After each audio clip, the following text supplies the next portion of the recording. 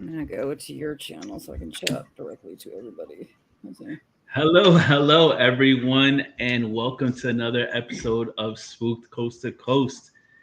Well, I can't believe it's Sunday again, but the week be flying. they're flying. I can't believe it's June. Yeah, we're already 2nd. halfway through the year, guys. We started with you the very first week of January. Look where we're at right now. Unbelievable. Crazy. I'm actually shocked. Zach Baggins couldn't cancel us. No. For real. Period.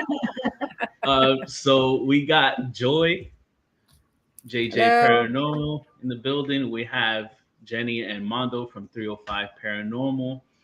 And real quick, want to say hi to everybody in the chat. Thank you for being here on time. You guys are awesome. June's my birthday month. I like it. Well, happy birthday. Tell me what day in June. Yvette, Hunting Angels, Limestone, and okay, go ahead. And everybody else, as you come in, we appreciate and love all y'all. Yes, you guys are awesome. And let me tell you, that actually coincides with what I wanted to say. Becoming a paranormal investigator, I've always wanted to just go and kind of get like questions answered that I had, and interest in the field, but kind of like a side benefit, if you will. I don't know if you agree with me, is getting to meet all of these people, getting to meet the lovely Joy, JJ.Paranormal, getting to meet all of our now friends and building these relationships and kind of picking people's brains and learning from them things from different perspectives and whatnot. And we've gotten to meet a lot of people, and I, speaking for me, I'm truly blessed with all the relationships that we've garnered and been on different people's different group shows and investigated with different people. So thank you very much to everybody. Yes. And thank you. This person that we have as our guest today is one of them. It was so random, right? Because I never thought we would be on anybody's show that has anything to do with, like, veterans or military or just a different type of podcast than the paranormal. So, but it was very awesome because we became good friends, and I love his stuff, his content, and I think everybody should check it out. And that is Brandon from I Came With Fire podcast. So Brandon is a 15-year USAF veteran now. Military police, been around the world with his career and experiences and growing up, because we like to call him military brat. His dad was also in the Air Force, so he's been in different countries, and we are going to meet him today. Yay. And he loves the Gators. He loves the Florida Gators. What do you say? I don't. No. Oh, that was wrong? That chop going. That Florida State, man. I know. Oh, no. I had to mess around with it. We're throwing some shots over here, guys. That's right, man. It's blasphemous. So, for real. World, everybody say what's up to Brandon. What's up, guys? Yes. Amazing guy. Yeah. I Thank came you with for being Thanks for checking on. us out. 100%. Appreciate you guys having me on. We had the pleasure of being with you. It was for your Spooktober special that you were running all of October last year. We were honored to be your guest in for October. So it's great having you, man. You guys. Thank you, and thank you for being here with us. Hell yeah, absolutely, man. It was a blast talking to you guys, and that Spooktober was a good time because we had a bunch of really well, first off, everybody that was on was somebody who's like a really small group of people who do paranormal investigation, right? And so I thought that was really cool because you don't have to be, somebody like Zach Baggins to go do that kind of thing, because it's everywhere, Right. And so we really enjoyed talking to you guys, and then the couple of people we had on, our good friends, MP Paranormal, also a couple of Air Force guys. I think you guys have been able to check them out as well since then. Yes. But yeah, man, it was a blast, and we're definitely going to do Spooktober 2.0 this year, and have you guys on again and get awesome. Spooky. So that'd be cool. Awesome. Very good. Well, Brandon, it's kind of a tradition now. I do it. The other people do it as a tradition, but I do. So traditions are good. It's my icebreaker question. So, Brandon, being that you're from our side of the world, Florida, so obviously we don't have In-N-Out Burger and Jack in the Box. Oh, like everybody from the West Coast is, brag about. We have Publix. Mm-hmm. And little known fact, world, Publix is the first job that I ever had. They hired me at 14 years old. So shout out to you guys. Nice. But Publix is a place that's near and dear to your heart as well, Brandon, right? Yeah, man. I love going to Publix. I don't know. It's the best grocery store, I think. Just honestly, dude. It's not. Yeah. They have their own like line of food that doesn't suck like some grocery stores, and then obviously like the real winner is the deli. So. Yes, and that is home to the pub subs, right? That's right. So Amen. Good thing that you brought that up, my friend. So pub sub, what's your go-to? Dude, I like Italian subs, man. I like that. I like the oil. I like the vinegar. I like just I'm a basic bitch, I guess. The Italian sub is my favorite. I think I like the chicken tender that you can get with like the barbecue and cheddar and stuff like that, and like that's cool. And every once in a while, I might want to get something. But no, the Italian sub is just like my go-to, no matter where I get subs. But yeah, absolutely, man. Just a regular Italian. I guess. Yeah, everything there is good, man. You can't go wrong. Can't go wrong. Yeah, even all the deli sides are really good, man. They are. Like people don't understand. It's like if you've never, it's not like going to a Kroger in the Midwest or something. It's not the same. Like Publix is like go to Kroger. It's like Everybody an event. Talks about it. Yeah. Yeah. I hear you. Or Buc-ee's. No. Buc-ee's. I've never been there. I've never been to Buc-ee's. I've never been to Buc-ee's either. Buc-ee's Nuggets. We've driven by one. I've driven by one, and I'm like, I want to go here, and then I never. Right. That place. Isn't that the like most American thing ever though? Like everybody's just excited to go to a convenience store. It's just not the same. Like having like you go to Europe, everybody's like, oh, it's they don't understand, but they also can't understand and fathom how big the United States is either over there. So. Yeah. True. Yeah. Hey, or like Wawa, when like Wawa first opened up here in South Florida, that was like that was the thing. Huge. Yeah. I still love Wawa, don't get me wrong, because that's like the biggest thing here, like the baby Buc-ee's, I guess is what they will call it. But they got some good shit. I never heard of Wawa until I was in the Air Force, and there was a guy on my flight who was from the Northeast, and he was like, "Oh man, I love Wawa coffee." And I'm like, I don't even know what Wawa is. He's like, you don't know the Wawa Goose? You don't know the Wawa Goose? And I was like, dude, what is the fucking Wawa Goose, bro? Like, what is this? And one night, because we were working night shift, and he's like, I'm gonna bring in some Wawa coffee, and we're gonna do it up. And I'm like, okay. So he did, man. He brought in a bunch of Wawa coffee. He just in a bag, and I'm like, I don't know what's so special about this yet, right? And then a jug of Almond Joy creamer, and we just drank like 2 full pots of coffee a piece, and then just killed that Almond Joy coffee creamer. But I was like, man, I can't say this is anything special, but at least I can say I've had Wawa coffee now. There you go. What is Wawa? Wawa's is it like a Starbucks? No, it's like a gas station, but it's like bigger than a gas station because like they have their own. Okay. Yes. So it's a fancier racetrack. They'll make like subs there, hot foods, stuff like that. Yeah. I've never been to like an actual Wawa or Buc-ee's, but like they seem to be kind of the same thing. So if you've been to both in the chat, like tell me if I'm wrong, But like it kind of seemed to be like the same thing, but just different, like a little bit, I don't know. Wawa's. What a name. I kind of agree. Wawa. That is like a damn. Like a tourist attraction now. It is, dude. Buc-ee's, for real. It's crazy. Yeah, people go nuts for some Buc-ee's, man. It's all over. I've never even been. It's like I feel like I'm missing out. You're like you ever meet that person who's like never seen an episode of Game of Thrones? It's like, where the fuck have you been? Yes. And now it's like a badge of honor. People are there. She is. Look at her, dude. They wear it like a badge of honor too. They're like, that's right. I've never seen an episode. I'll never see it. They'll die hard not see it just to keep that shit. Yeah, just to spite. Yeah, exactly. Now you got to do it, right? Yeah. Deep down inside, they're like reading the book still. Maybe they're not even done. You just gotta get past the first 3 episodes. Once you get past them, it's true. You'll be hooked. Well, I jumped on the Stranger Thing bandwagon way late too, so. I like Stranger Things a lot. I like Stranger Things. Yeah, everybody was like, "Oh, Stranger Things," and I watched it, and I'm like, "Damn, why did I wait so long?" It was good. Yeah, I really like it. I love Stranger Things. The next one. Yeah. Oh my goodness. I'm So tell us about your military background and Mhm. career. Yeah. Sure. Right there. Yeah. First, thank you for your service. Oh, by the well, way. thank you Always. guys for Always. Thank you. thank you guys for your support. But yeah, no, I joined the Air Force, like you guys said, and I was a military police officer. The Air Force doesn't call them military police. Technically, the only branch that actually uses the term military police is the Army. The Air Force calls us security forces. The Navy calls theirs masters at arms, but it's all just, basically military police.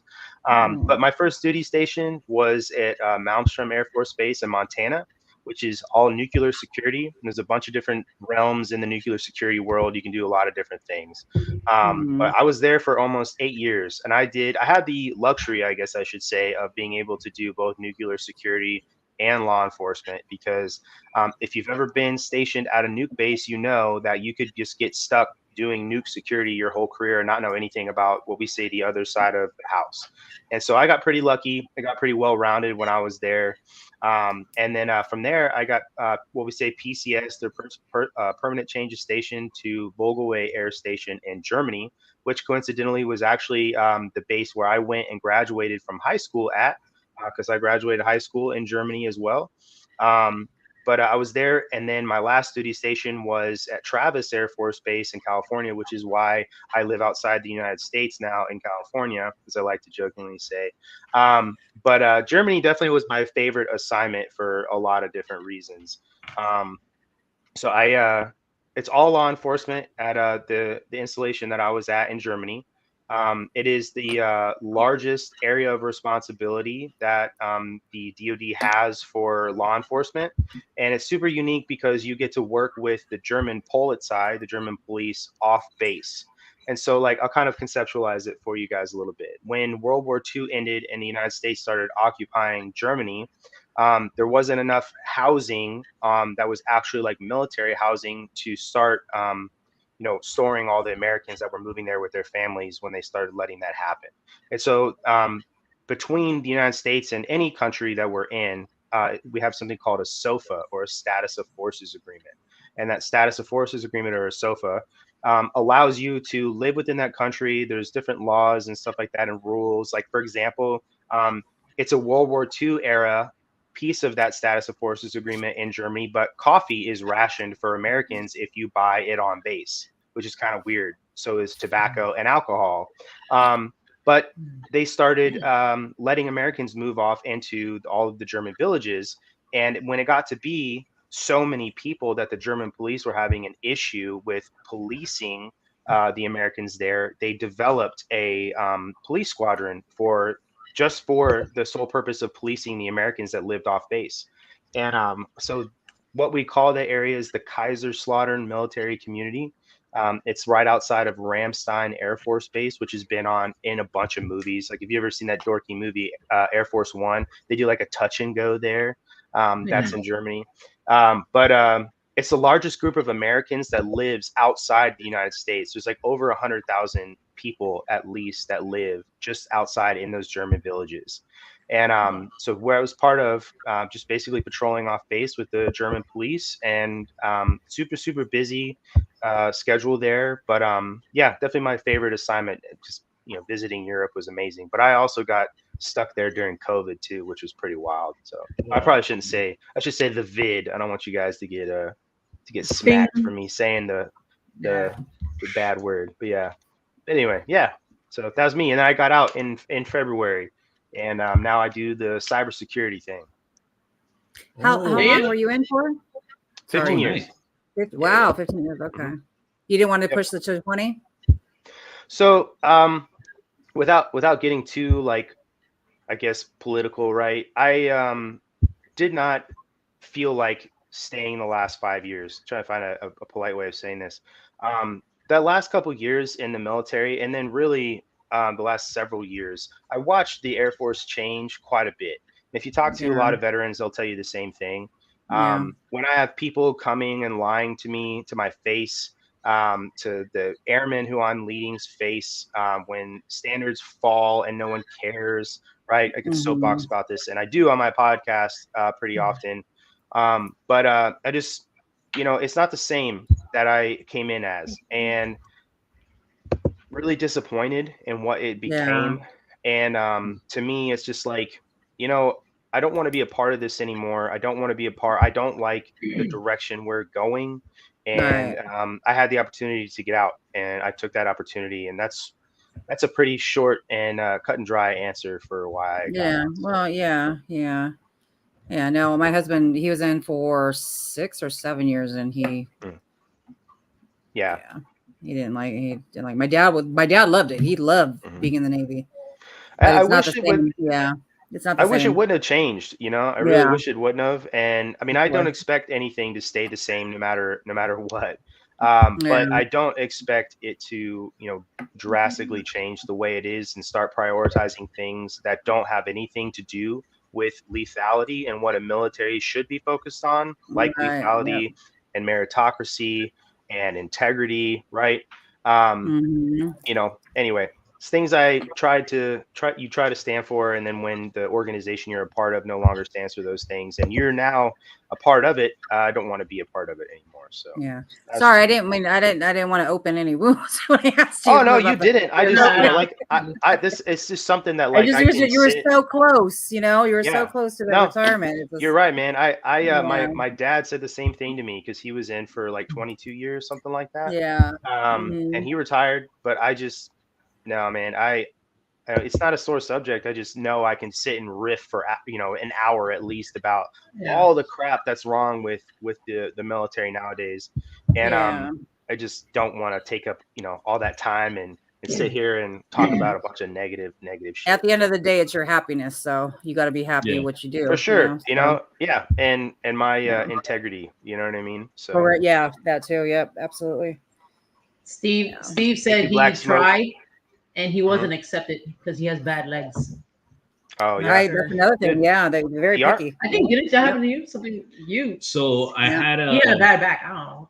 Right. I had a lower lumbar herniated disc, L2, L3, and I was good to go. I was actually on the bus from the recruiting office by Miami International Airport, and we were on the bus to go to Fort Knox. Believe it or not. And they stopped us, the bus, like a mile out of the recruiting station, and they pulled us over, and they were like, "Hey, we had a second look at his file, and Doc says, nah, he can't do it." So I was in the military for 1 hour. No, like 1 hour. Did you get paid? That's weird. No. Hell no. Just kidding. Are you guys on like your way to MEPS or something? Or no, why did I say Fort Knox? Fort Bragg. Sorry.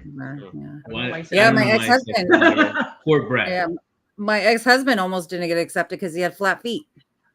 Dude, they'll kick you out for that. Man, the Air Force will not even let you enlist if you have a bad credit score now. Like for real. Yes. Oh shit. Yeah. For real? Yeah. Yep. The Air Force is highly selective. Like the joke too is that Army stands for Air Force rejected me yesterday, because the Air Force is really, really selective with the people that they let in. Steve said, "Mondo, thank you for your service." Thank you for your service, Mondo. For warming up that bus seat, buddy. Yeah, dude. Yeah, man. They're really selective. The Air Force is, and they basically, if you've got a low credit score, their justification for that is like, oh well, you could be a liability because someone can come to you and exploit your weakness. You know what's better is capacity. We'll do that. Yeah. What's that? It's funny, is I used to be a branch manager at a checking, like a check to cash, like a cash advance place. Yeah. We had a lot of military. Oh, dude. That didn't pay their shits. Listen, man, I could tell you some freaking stories about these 18-year-olds that they start paying, and then they're like, oh man, I can get a car now and I can get all this stupid shit. And it's like a joke that if you've got a young enlisted man that you're supervising, that they're going to wind up with a Camaro with like a 30% interest rate and a stripper for a girlfriend and some venereal disease by the end of the year, And yeah, the stereotypes exist for a reason. I'll just say that. So Yeah. Yeah. True. I was like, I had to call Fire came from command. somewhere. That smoke is from somewhere. Boy. Yeah, I was, Yes. yeah, dude. yeah, it was bad. Oh, I'm sure you did. Yeah. Yeah. When your credit card bill gets mailed to your commander and your commander is like, hey, what's up with this? Yeah, you're not doing really well. So Yeah. and that'll happen Yeah. too. Yeah, it was I bad. think this is Steve is asking, where did you serve? So Where did I serve? it was in Germany. Yeah. Go ahead. So So stateside, I was in Montana first, and then Germany, and then at Travis Air Force Base in California, which is closer to like San Francisco. Yeah. But I've been deployed as well. I was in Djibouti and Kenya, and and then I've been to TDY a couple of different places, and then grow up as well at different bases and countries when my dad was serving when I was a kid as well. So. Wow. Yeah. Talking about that. So since your dad was also in the Air Force and you grew up moving around different countries, what was your first? How did the paranormal start for you as a child? Or I think it was when you were smaller, or maybe I don't know. How old are you when that started for you? Like, how did that come about? Mm-hmm. So like, my mom has told me like a few things like about like her own life. So she has a deep interest in it as well. So it's always been something that's like in our family, like as a present thing, we have an interest in it. My mom specifically, more so than like my dad. And my mom is clairaudient, so she can hear things, and she got all kinds of stories about that. But the first time I've been told that like I had any sort of interaction with it was when my family, before my dad joined the Air Force, my dad sold cars, and he lived in Central Florida. We lived in 𝗵𝗶𝘀, I'm pretty sure, and they owned a house there. And I guess I told my mom about a man that came into my room as a kid, and she thought that somebody had actually come into our house, so she called my dad at work. And so they had like this, freak out about it, but there wasn't anybody like actually in the house. And then the next time I really like thoroughly remember something like that, like paranormal wise, was when my dad had joined the Air Force, and this didn't really involve me or my family specifically, but we were stationed at Langley Air Force Base in Virginia. And we were living off base, and there was a couple across the street from us, and the wife and the husband were both in the Air Force. The wife, her name was, I don't know if I'll say her name. We just call her Jane. Jane was in the Air Force. Her and my dad did the same job, and then her husband was a firefighter in the Air Force. And I remember hearing from her and my mom that their house was haunted. And so there was like, they had a couple of experiences in their house. I remember my dad, like, again, kind of the same thing. They thought somebody had broken into their house, so my dad went and like helped clear out their house, but there was no one in there. And she's just like, oh, it's the ghost. And she would tell us like, oh, be careful going down the stairs because it might push you down the stairs. And I never had that like happen to me, but she told me. So like my whole life kind of like just been around people who were into it, and had like a what do you want to call it? Like an awareness, I guess, of the paranormal in general. But some of my more earlier experiences with the paranormal, definitely in Germany when I was in high school. My mom and I had a couple different shared experiences. One time when her and I were just sat, it was at night when we were kind of winding down. I went in there. So my mom called me into her bedroom, and ironically enough, she was watching some TV show on AFN, which is the Armed Forces Network, is what like your version of cable is overseas on base. And it was like one of these like shows is like a ghost documentary. And we're just sitting there on the bed watching it, and the bed like started shaking like really hardcore. And we're like, what the fuck? Like that was really, really weird.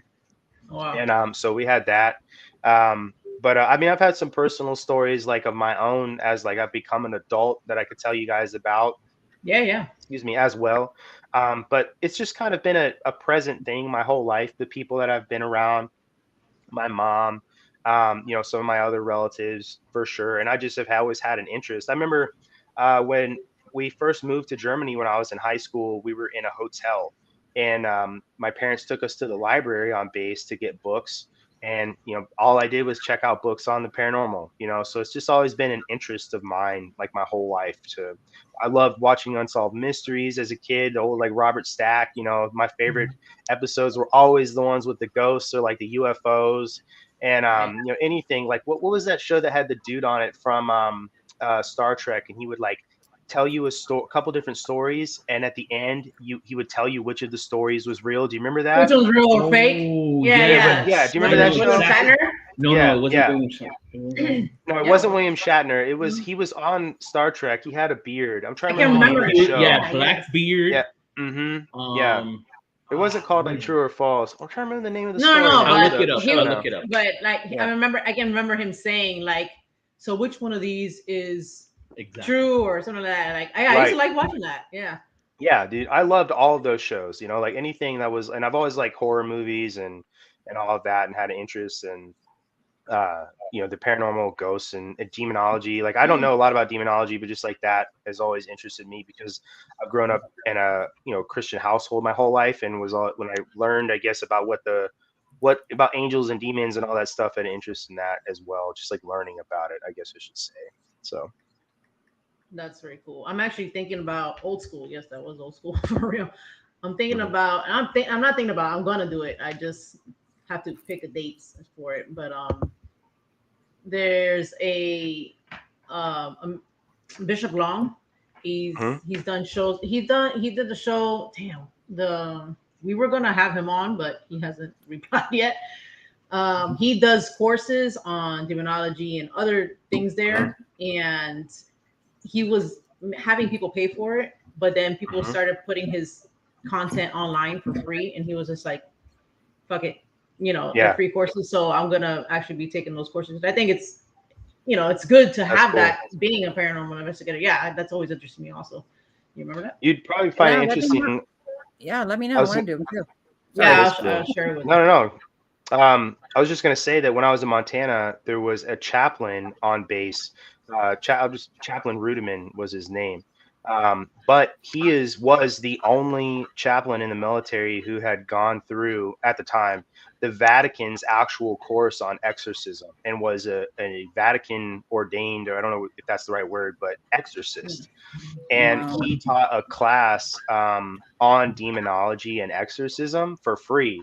And I went to it. I was like, wow, I learned so much from that. But I also thought it was Crazy. kind of cool because, like, you don't see, I don't know, it's kind of weird. Like, spirituality is not a part of the military in that way. And like that a military chaplain got the opportunity to go to the Vatican and become an exorcist. I always thought that was really cool. And to take his class was pretty neat too. So it's interesting. Yeah, that's Yeah. very interesting. I work with somebody who wanted to be a pastor, but he has himself went through his whole schooling and everything. He just didn't finish. He didn't do it or Right. whatever. And I'm picking his brain all the time at work. And what do you think about this? And he tells me, because he knows I do the paranormal stuff, and he totally believes in it because he's done the courses and the classes, and Yeah. more with a lot of the main people here in Miami, archdiocese and stuff like that. Did you find it? Yeah. Okay, so the actor's name was Jonathan Frakes. Okay. Frakes, and the name of the show, he was called Riker in Star That's Trek, right. but the name of the show was called Beyond Belief. Beyond Belief. That's right. That's right. That was a good show. I liked that one. Oh yeah, I really Yeah. enjoyed that show, and that is old school. Yeah, so the kind of like the description, it says 5 mystery stories are shown which people meet strange and unexplainable events. The viewer is invited to decide which stories are fact or fiction. Yeah. Yeah, That was fun. That was a fun I show. remember.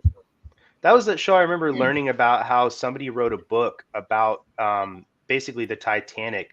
The ship was called the Titan before the Titanic was a real thing, and that in the book the Titan, the ship, actually sunk as well from being struck by an iceberg.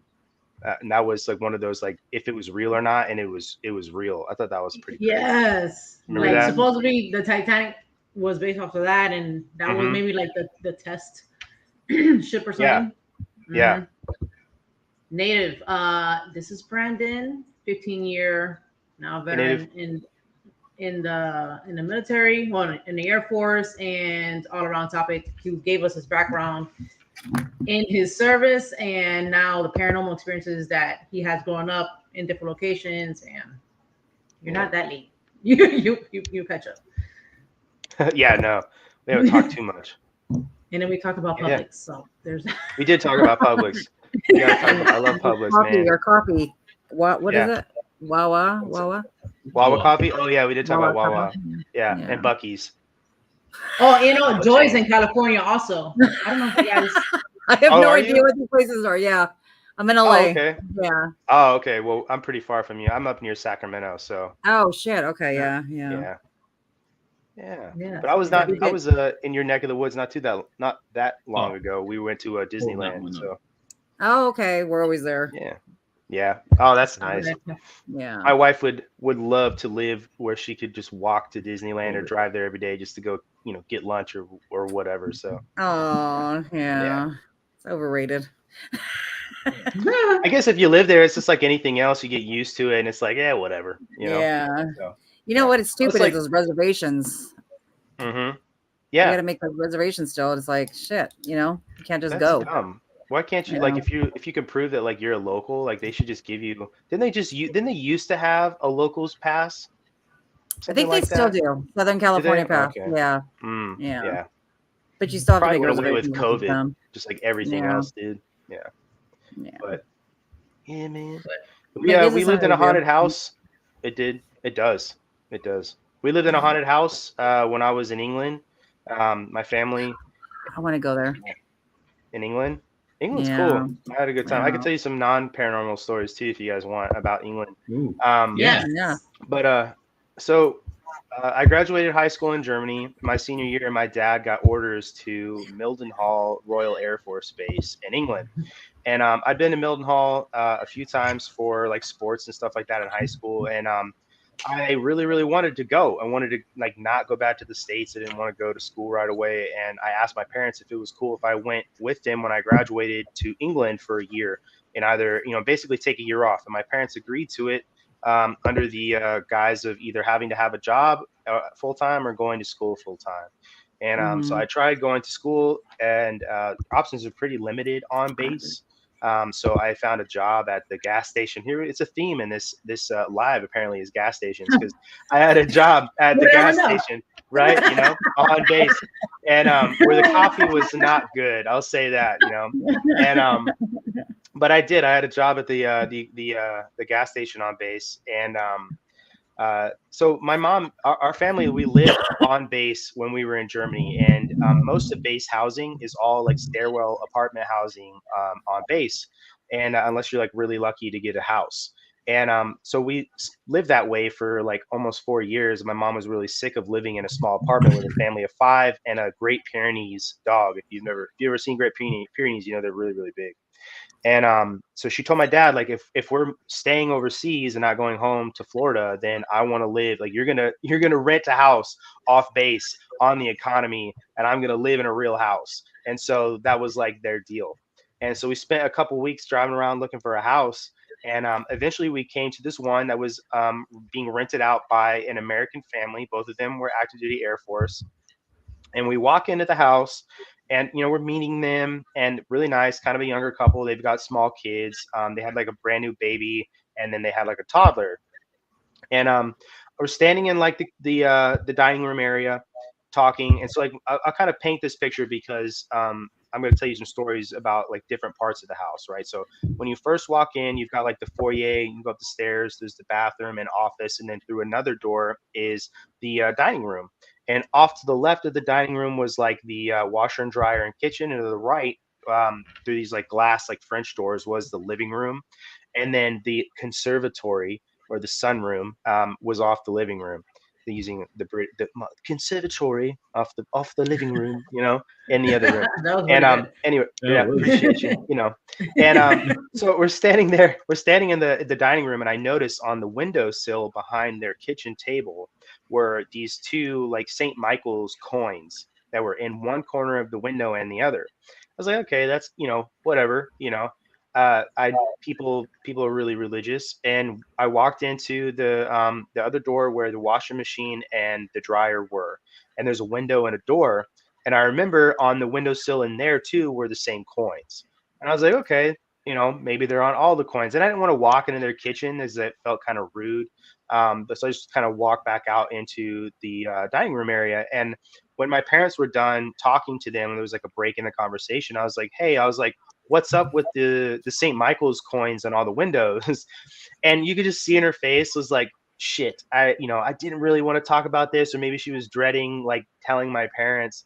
Not like they own the house, they were renting too, but she's like, we just had the house blessed by an English priest or whatever. And she's like, because we've been having some trouble. And I was like, I remember looking at my mom because like, her and I kind of have shared like the paranormal connection, I guess, in our family. And I was like, I looked at her, I was like, there's no way like this is it, and we've looked at like 6 or 7 houses already, and like this is a haunted house for real. And like, can we just move on, to another house, right? And of course we didn't, and so that's all she said at the time was that's what happened. And she's like, he placed those coins on all the windows, and she's like, they're buried also on the 4 corners of the property. And she's like, since then we haven't had any issues, right? Anyway, first, that's the house we moved into, right? And so like I said, I'm not in high school anymore. I hadn't officially started working on base at the gas station yet. And my dad's at work. My brother and sister are both in school, so it's just my mom and I at home. And first day, we've got boxes in the kitchen, and we're unpacking them. And we hear somebody walking up the stairs. And her and I are just unpacking like quietly, not really talking to each other, putting stuff in the cabinets and stuff like that, so we could both hear it. And we both hear it at the same time. We both look at each other like, are we both hearing footfalls like in the other room? And, yes, she yells out my dad's name, and she's like, Brian, are you there? No answer. The dog was in quarantine because your dog, if you ship a dog to England, there's like I think it's either 6 months or a year quarantine that they have to stay out before they can come in. So it's just us. And so we walk out into the foyer, and we stand kind of at the bottom of the stairs, and we hear it finish walking up the stairs. And when you hit the top of the stairs, there's kind of a creak. Everybody, if you were walking, would make that noise. And then it went left down the hall. And then if you were to go, so if you going left down the hallway, when you got to the end of the hall, on the left was my room, and on the right was my parents' room. And so we were right across the hall from each other. And this, whatever it was, went right into my parents' room. And there was a really loud creak that you could hear when you were walking on the floorboards, walking into my parents' room, and that it made that noise. Wow. And so first day, right? And I looked at my mom like, damn it. You know what I mean? Like, here we go. You know what I mean? Like, you chose this, And she just kind of like says out loud, she's like, whatever you are, she's like, if you're friendly, you can stay, but if you're not welcome here. In Jesus' name, you need to leave. And we're like, okay, what are we gonna do? We're gonna go right back to packing.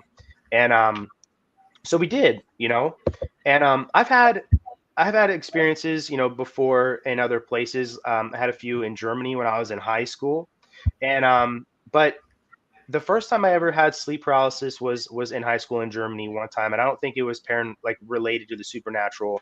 I think it was just like actual like sleep paralysis, what happens to people sometimes like naturally, physiologically, right? But I have never in my entire life, even still, since from that point in time till now, never had as much sleep paralysis as I have ever had that I did in that house. And it was like almost every night, at least some sort of mild like sleep paralysis. But I had some like really intense sleep paralysis like episodes, I guess, like in that house. One night specifically, so I worked on base, like I said, at the gas station. I worked and normally worked into like the late hours of the night or the early hours of the morning. So pretty often I would come home and I would like bring like, I really liked those like Stouffer's lasagnas, like the individual ones. So like bring home dinner and eat and then go to bed. And so I go to sleep, I wake up, and I'm woken up by this like really, really loud crashing noise. Like it sounds like somebody kicked down the door, because that's what I thought had happened initially. And if you walked out of my room and went to the right, you kind of look over the banister and you could see the front door. And so I tried to do that to see if like somebody had kicked in the door, and I couldn't move. And I remember thinking like, fuck, like what a great time to have sleep paralysis when somebody's breaking into your house. Like, you know, you're sitting duck Yeah, basically. shit. For real. Yeah. Yeah. Yeah. And so I couldn't move. And then I remember having some really, really weird thoughts, I guess, basically about like in England, a lot of houses don't have a doorknob the way like you and I know a doorknob. This is pretty common in Europe in general, but basically what it is the front door, when you open the door with the lock, it's spring loaded. So when the door unlocks, it kind of pops the door. And so it opens up a little bit on its own. So you can just kind of push the door open. And so in our house in particular, when you walk in, you had like a little mud room, and there was a good maybe like 5 or 6 feet between the front door and the mudroom door. And that mudroom door did have like a handle, you know what I mean? Not a knob, but like a handle that you could walk into. And that door didn't lock. You could just walk in, right? So I say that to say that I thought it was weird to hear a second crashing noise, like what sounded like a second door getting kicked down.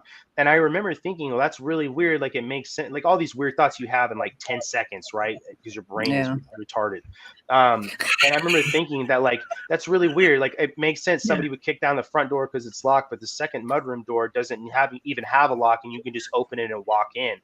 And but after that second crashing noise, I started hearing this really, really loud, like AM radio static, and I could hear like voices, and it sounded like someone like a radio station was going out. I started having, and this is something that really didn't happen to me the first time I remember having sleep paralysis. Like I was scared because I was like, what the fuck is going on? I didn't know what it was the first time, but this was like fear, like something was I had this like, I felt like there was something kind of standing at the end of my bed. Even though I couldn't open my eyes, I just had this overwhelming feeling that that's what was going on. And I kind of started panicking, you know, and I'm thinking to myself, it's really weird that no one else has woken up from this noise. And 'cause my dad and my mom, like I said, are right across the hall. And, you know, like if I could hear it, surely they could hear it, and everybody else could hear it because it woke me up. And so I was like, well, I got to wake somebody up because I can't get up and move. So I started trying to like scream. And I remember getting this ridiculous like noise out, you know, and I remember finally being able to like move my hand. And I'm like, this whole time I'm like afraid somebody's in the house, and then feels like some sort of presence is in my room. And eventually I come out of it, and the static stops. Everything is still. That presence doesn't feel like it's there anymore. I get up, walk out of my room, look over the banister, and there's a really big window over the stairs, and there was enough light coming in. I could see the foyer and the door. Everything is fine. Like nothing has happened. I just went right back into my room. I turned the light on, and I remember sitting up in bed and eventually falling asleep, you know, but the light was on. And Isn't it but that crazy happened how to you, me. isn't it crazy? You just snap out of it. You just, Yeah. that's it. You're just like released. It's crazy. Yeah. And I mean, like, I don't know if it was because like I was struggling so hard to get out of it or what, but it did. And I had quite a few experiences like that where, so the crashing noise, that was the only time I heard that noise, but several other times that I had sleep paralysis there, I did hear that like radio static. That sounded like something was trying to talk to me, but I couldn't make out what it was because it was too faint. But another story I had there, again, like I said, I worked at night and would come home and would eat dinner typically and then go to bed. And the gas station I worked at was, we call them shopettes on base. If you guys are familiar with that, it's called a shopette. And because you know, when you're overseas, you know, there's not a lot of like American stuff, right? So all of these stores, they tend to be like one-stop shops. Okay. So like you can go in there and buy a hot dog, a toilet seat, and a DVD in the same place, right? Or a candle or whatever. So it's like all this stuff. Like it's like, think of like a mini Kmart, I guess. I don't know. It's super ratchet, like Kmart. It is, dude. So I bought a DVD that day. I was gonna go home and watch it, and I had food. And I rode my bike. I rode my bike home and got there. And I remember when I came in, I went into the living room, loaded up the DVD. I waited for it to get to like the loading screen. You guys know what I'm talking about. And went into the kitchen, prepped my food and I put it on a tray. I had my food and I remember a really big glass of milk, and I went to walk into the living room. And I kept the lights off, being respectful of everybody else in the house. The only light really was the small light that I had on in the kitchen, and then the light coming from the TV in the living room. And when I had the tray and I was walking into the living room, and you kind of have to cut right because the majority of the living room was like deep into like to the right where the couches and stuff like that. And as I made my way around the corner, there were 3 relatively tall black shadows just standing in between. My parents had like a dry bar, and then like the L shape of like the sectional couch. So it pretty much like covered all the walls and then the window. And I remember just stopping and like, what am I like seeing? Like what I'm looking at? You know what I mean? Like this is really weird. Realizing that I can see basically like 3 figures. I can make out like heads and shoulders and then forms. And then I turned around, went and set the tray on the kitchen table and went right upstairs. And again, just turned the light on in my room and went to sleep. Okay. Like tried to go to sleep and laid in bed till I fell asleep. And then in the morning, my dad woke me up and was like, what the fuck is up with all this food and this whole ass glass of milk on my fucking table that you just left? And I'm like, oh, like trying to like tell him, like just thinking what I'm going to say, because like, I don't know. I didn't think to tell him what really happened. And I was just like, oh, I was tired or whatever I said to him. But he woke me up pissed because I wasted like, 12 ounces of milk. Everything. A gallon of milk isn't cheap, Brandon, So, but, yeah. Sounds like my sounds like my typical, dad. typical. You know what I mean? But that would be me if my kid did the same thing, right? Yeah, now you're the same. Exactly. You got to get a job. But anyway, I only lived there for a year. I was there for a year and worked for a year and eventually moved back to the United States and went to school for a bit before I joined the military. But my brother and sister, they lived there. My parents, they lived there for 4 years and they all had experiences the whole time. We would all just and we shared experiences. We could be sitting in the living room watching a movie and we would hear somebody like running upstairs, but we're all here. The dog's laying on the carpet. The doors into the living room sometimes would just open for no reason. Wow. Yep. They would just start moving open, swing open. One time we were all eating dinner as a family and our dog, Big Great Pyrenees, she was laying on the floor against the wall, kind of near where my dad was sitting. And she stood up and started growling, put her head down, and kind of made her way towards the door that went into the foyer. And they've never, ever seen her do this before. She kind of tucked her tail and kind of walked back and then laid back down. But like she was looking at something that was in the foyer. Scared her. Yeah. Something. Yeah. And I'd only ever seen her get aggressive one other time when we were in Nebraska, my dad's second duty station. Somebody legitimately, like a real person, tried to break into our home, and our dog ran to the door and was like barking and growling, and the person ran off. That's the only other time I'd ever seen her like get aggressive like that. And this was near the end of her life because she actually passed away when we were in England. But that she did something, so whatever it was out there in the foyer, she didn't like, and then it scared her enough. Big, 110-pound Great Pyrenees. Tucked her tail and then went and sat back down, so just all kinds of weird stuff that happened there. My brother and sister have stories, about things. And, but I did actually get to her name was April, the lady that lived in that house before us, because she came into the shopette one evening and I asked her, I was like, hey, I want to know like what happened that led you guys to go to the church there in town and ask for a blessing. And she basically said that it started with her toddler. And the toddler's room was the room that my brother was in when we moved in. And she said that he started to complain about seeing a woman in his room. And, she was seeing a woman and that it was scaring her. And she thought at first that he was just kind of having night terrors. But one day she went to go like leave the house. And like I said, that mudroom door that I told you guys about before had like an amber colored stained glass window in it. And she had like a bench next to the door where she would sit and put her shoes on or whatever. And she said she sat down, put her shoes on, stood up and turned to like open the mudroom door, and that there was an old woman like her face was like looking at her through Oh, the door, hell like no. somebody was in the mud, somebody was in the Like mudroom this. door. Yeah. Yeah, Oh, leaned up like hell right up no. against the window. So she yanked open the mudroom door right away, and there was no one there. And like I said, the doors on the real front doors don't have doorknobs, so you have to have a Yeah. key to open it up again, right? Just like reiterating that point. And she said after seeing that woman, she started having encounters with that old woman where she had seen her in the hallway. Her kid kept having night terrors, and she just felt like whatever it was harassing her family. I mean, it was picking on her small child, and so she reached out for help, I guess, the way she knew how.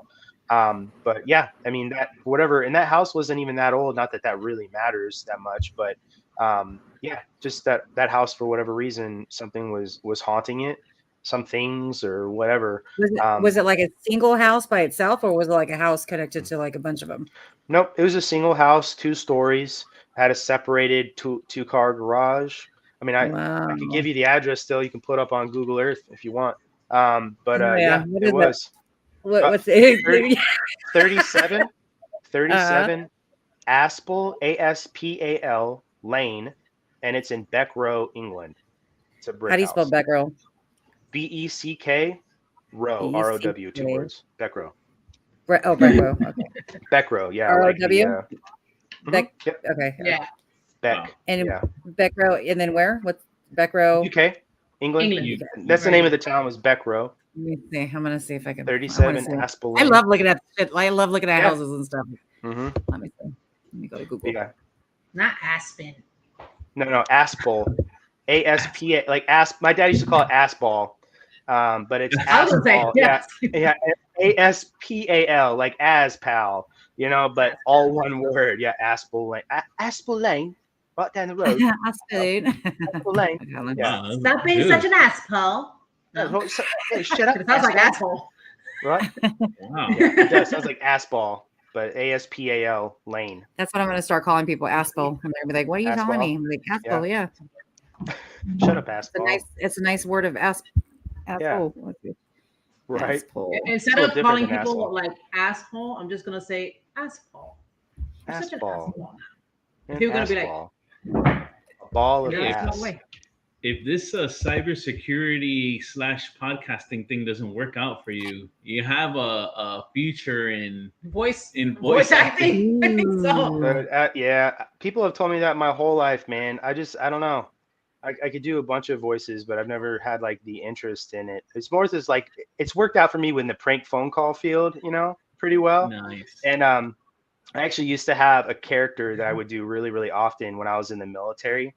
And with the highest enlisted rank in the Air Force is a chief master sergeant, right?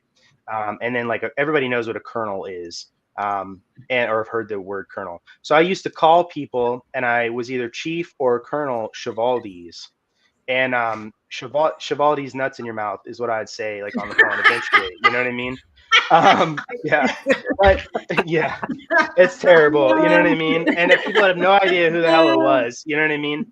And because if you know how to use a government phone, you can block the number and all that stuff. But anyway, I would call, and like I just had this voice, and it just sounded like every douche ever, And for a lot of jobs in the military, but specifically like security forces in the Air Force.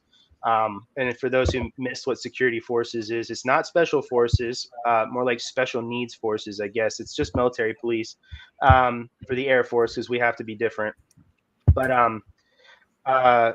we have these things called post briefings, because every base has gates that people can walk or drive on, and you have gate guards that stand there, and it's called posting, right? So we have these things called post briefings. They're super antiquated and kind of retarded. But it basically is just this whole like brief you give somebody with like your post limits, your weapons that you're armed up with, and some other, knowledge you have to recount for somebody. But I would get people to give me post briefings over the phone, which is just absolutely asinine. As Chief 𝗬𝗏𝗪s or Colonel 𝗬𝗏𝗪s, And people and like other people around this person would know what was going on, and like I'm over the phone with them. This is so fucked up, you know, telling them to stand at attention, and they're just like staying at attention with the phone in their ear and like giving me this whole like minute and a half brief, and it's just me. You know what I mean? I don't know, just being an asshole. But yeah, that's where my voices have come in handy, is prank calls. So Okay, I have a question. Right. 37 Aspel Lane, Breck Row, UK, right? Because it's showing me like a duplex of a house. BECK. Yeah, not Breck Yeah. Row. Beck Row. It is a two-story house. It's a two-story BECK, house. right? Yep, Beck Row, 37 Aspel Oh, Lane. Breck. Oh, I put Breck. Duh. Okay, I'm a little slow. Eck. No, BECK. Yeah. B-E. Like I'm a loser, baby. Like There you like go. it then. Nice. That Why sounds- don't you keep? Why don't Why you do you keep haunt taking me? me? Yeah. Keeps taking Beck Row. Aspel Lane, Beck Row. Beck. Beck Row. Are you able to screen share when you pull it up? Yeah, I'm trying to pull Oh, it up, but dude, this is fuck like yeah. I want to see it. yeah, I mean, My house in Germany is demolished, so I can't pull that one up. Aw. Like, And Oh, they I wonder tore down all maybe the like base what housing. happened on that land where that house that we were talking England? about. Yeah. You know, man, England is such a, and Germany, Europe, and I mean, the whole earth is, right? But like England has had so many different groups of people that have occupied it. You know, you had the Romans at one point, and you had the Saxons and, you know, the Normans after that. And so it's just like that island is the confluence of all these different groups of people from like mainland Europe, Scandinavia, people that made it to that island and were native to it somehow, always fighting over it. So it's like constant war and death and famine and, you know, atrocities galore. So like, who freaking knows, man? So, hello, governor. I can't believe you actually understood that. That's fucking great. Yeah, man. I'm here all day. Cheerio. Hello, governor. Yeah, dude, I feel like the comment in your chat said built on a graveyard. I feel like everything is built on a graveyard. I think absolutely. Like You never know. And here, like especially on our neck of the woods. no, I mean like, Florida. Period. Like they Florida. just don't. Especially South Florida, they don't give a shit. They need a high rise staff. It's like Poltergeist. These remains. Screw your The bones. movie Poltergeist. Oh Yeah. my god, it's everywhere. It's so terrible. why do you keep going to Beck Row? I want Beck Row. Sorry, I'm concentrating. You're good. It keeps taking me to. I'm gonna show you. I'm gonna show you this house. I don't know if it's It should still be the there. one I've that- looked it up before. yeah. Okay, hold on. I'm gonna share the screen. Okay, Jen Armando. Do it. Oh yeah. Okay. Screen. Blah blah blah blah blah. No, don't do it. I don't I don't say know. blah blah blah. Oh god, if I had to Blah, get I blah, it. don't know if this is it. This is not it, is it? I can't see it. Oh, you can't see it. Hold on. Not It's yet. adding to stage. Oh wow. No, that one's not it. That's not it, right? That's what keeps Mm-mm. bringing me to. I'm It's like, right why do you down keep the bringing me? street. It's down the It street.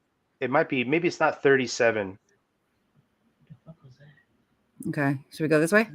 Oh yes, go that way. We're I all think you're going too far.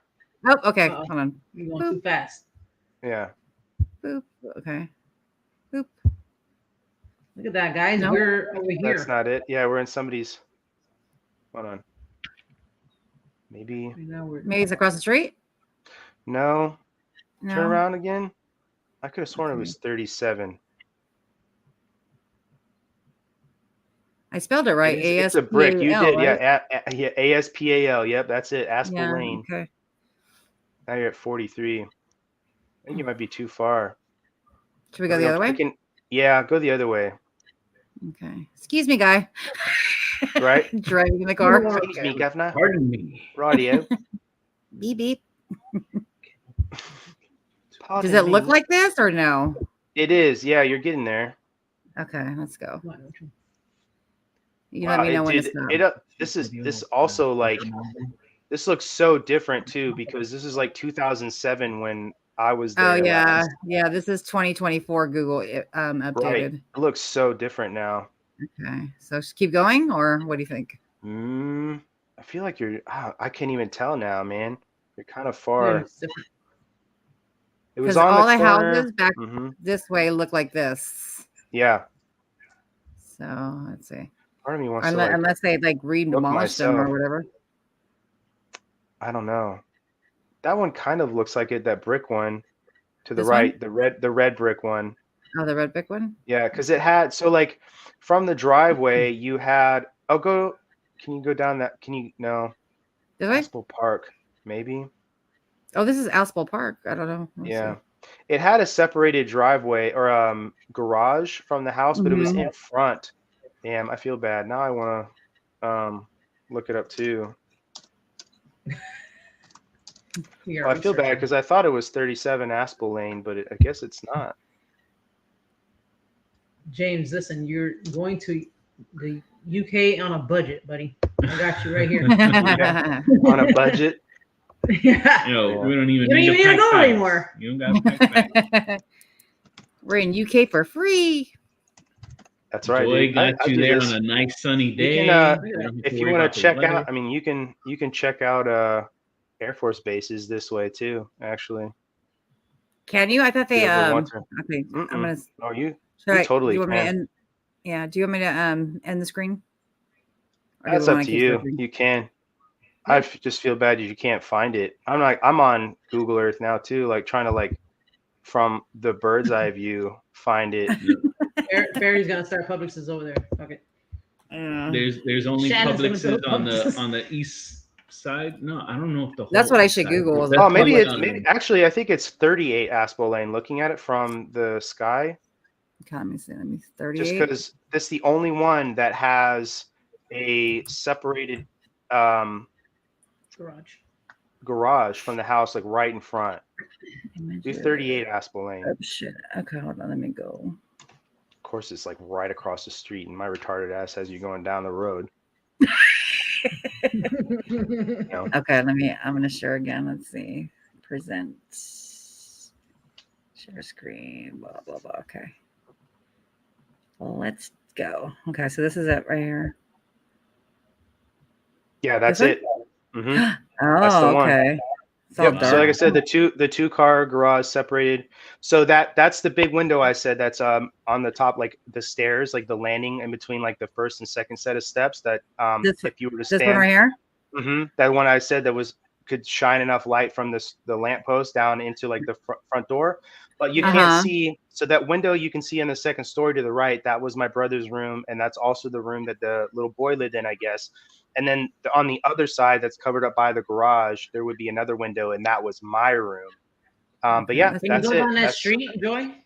I'm trying to. Yeah, no, it won't let me. I know. Damn Google. We can look right here though. Oh, Yeah, you can see it. There's the other one. That was no. my room. Oh, is that the wait? Oh shit! What am I doing? So this is the garage right here, right? That is. Yep. And that's the house. So there's a window. Hey, Yep. The window on the left, far left, that was the window for my bedroom. Okay. gotcha. So where's the front door? Behind the garage? No, it's right. It's like off to the side a little bit. There's a little bit of a overhang. You could see it from the bird's eye view. Okay, let's see. Arnie wants to know, is it true to be weary of pig farmers in England? I don't know, but I do know that a pig farm is a good place to hide a body. Pigs will eat Yeah. everything. Yep. Oh yeah, Pigs that's will eat true. Everything. Yes. Okay, where is it? Okay. The more you know. The Exactly. more you know. They're like, Yep. what? Dead body. What exactly? They fucking All tear I that have shit is up. pig shit. Yeah. We need to test And this bird's thing. eye? I can't do bird's eye. I don't know. If I can do satellite. Yeah, no, the front door. You could, like I said, it had like a. Like right here. I can't see your screen anymore. Oh, you can't see it? What the hell? Mm-mm. Oh shit! Sorry. You're all staring at me, trying to figure out what the hell I'm looking at. Okay. Bing. Okay, is that working? Shannon agreed. Oh no, we gotta add it up. Right there. You almost there? Right there. Can you see it? Yep, right there on the left-hand side there. Right here. No, the left. Or well, I guess on top. That's it, right there. Yeah, Yeah. Okay. up, like to the left now with your mouse. Left. Right there. Left. Yeah, that's like Right nope. here. Oh, right here. Moving to Up. the, nope. Yep. Up a little bit more and to the left. Like right. You see the the garage, right behind Yeah, the the garage. This. Yep. No, right. Go directly back. Right there. That's the front door. Right there. Oh, that's the front door. Okay. Yep. And then to the back of the house, the offshoot that's longer is the kitchen, and the offshoot that's a little shorter was the conservatory. This one right here. Yeah, Yeah. Is it blurry for you guys? It's blurry for me it's too. a little blurry. Yeah, Yeah. Nah, but I mean, Yeah. but I can mean, see like This is it's nice, always though. cloudy in England. Yeah, it looks like a big yard. It was a good sized yard. The house wasn't Yeah. like too big, but you know, like And it's the how haunted. anything like housing in like England or the rest of Europe is a lot smaller typically than what we're used to in the U.S. if you buy a home. So What do you guys do with the trash out there? in England, Mm-hmm. I Do they was- burn it? I really couldn't tell you if what they do with it. I don't really remember. I mean, I know we had like trash days when I lived there in that house as a teenager. But I lived in Germany. I lived on the economy when I was stationed in Germany, and we had Okay. trash days and just the same thing, man. Fucking trash can down to the curb. The trash would come, and everything's got to be separated there in Germany, recycling wise, and it's like bottles and paper and cans, and then like regular trash. And I know that in Germany, technically, it's considered a crime to throw like composted stuff, like things that would be compost, into your waste bin. And you'll see a lot of people, a lot of Germans, they have like a small trash can or something specifically in their kitchen that's just for compost, and they throw it in there. And it's Wow. it's like these little green bags, and that all of the compost has to go in those little green bags. It can't go in with the like regular waste for whatever reason. Yeah, our So it's trash like a companies law. try to get us. Yeah, our trash companies try to do that too. Throw compost with the greens. But I Yep. think in Italy, the reason I asked is because I think in Italy, I think they burn their trash. Maybe my wife might be able to tell me. She was stationed at Yeah. Aviano for a while, so which Okay. is in I don't Italy, know. but I don't know. I Yeah, really sorry. don't know. Totally random question, Oh. guys. I just wanted to know about the trash. Yeah, I don't know. Good yeah, question. it's weird. Yeah. Okay. Yeah, Anyway, Anyway, that's a cool. I want to go. I mean, the house. So, how long did your sister and brother live up? Did they live in the house after you left? Your parents? yeah. Yep. So, like I said, I moved with my parents after I graduated high school and just lived with them for a year there because I really just wanted to explore the UK because it's like a place in Europe that I really didn't get a chance to go. I got to Yeah. go all over mainland Europe when I was a teenager, but the UK, I only ever went for like sports trips and stuff. My brother and sister both went to school there for 4 years. My brother actually graduated high school at Lakenheath Royal Air Force Base, and then my sister did all the way up to 10th grade there. And then my dad got orders to Florida to the Panhandle at Eglin Air Force Base in Niceville, which is near like Destin. Yeah, they lived there for 3 more years after I left. Oh wow. Did they experience anything while they were there after you left? Really? Yep, Wow. they did. Yeah, most like a lot of footsteps, a lot of really weird. Like my brother and sister and I, we saw like things would move for us all the time. Like we knew we set it down someplace and it wouldn't be there when we'd come back. Just all sorts of weird, and it was like a mixture of stuff, right? Because like that sort of activity you may associate with like a prankster type ghost. You know what I mean?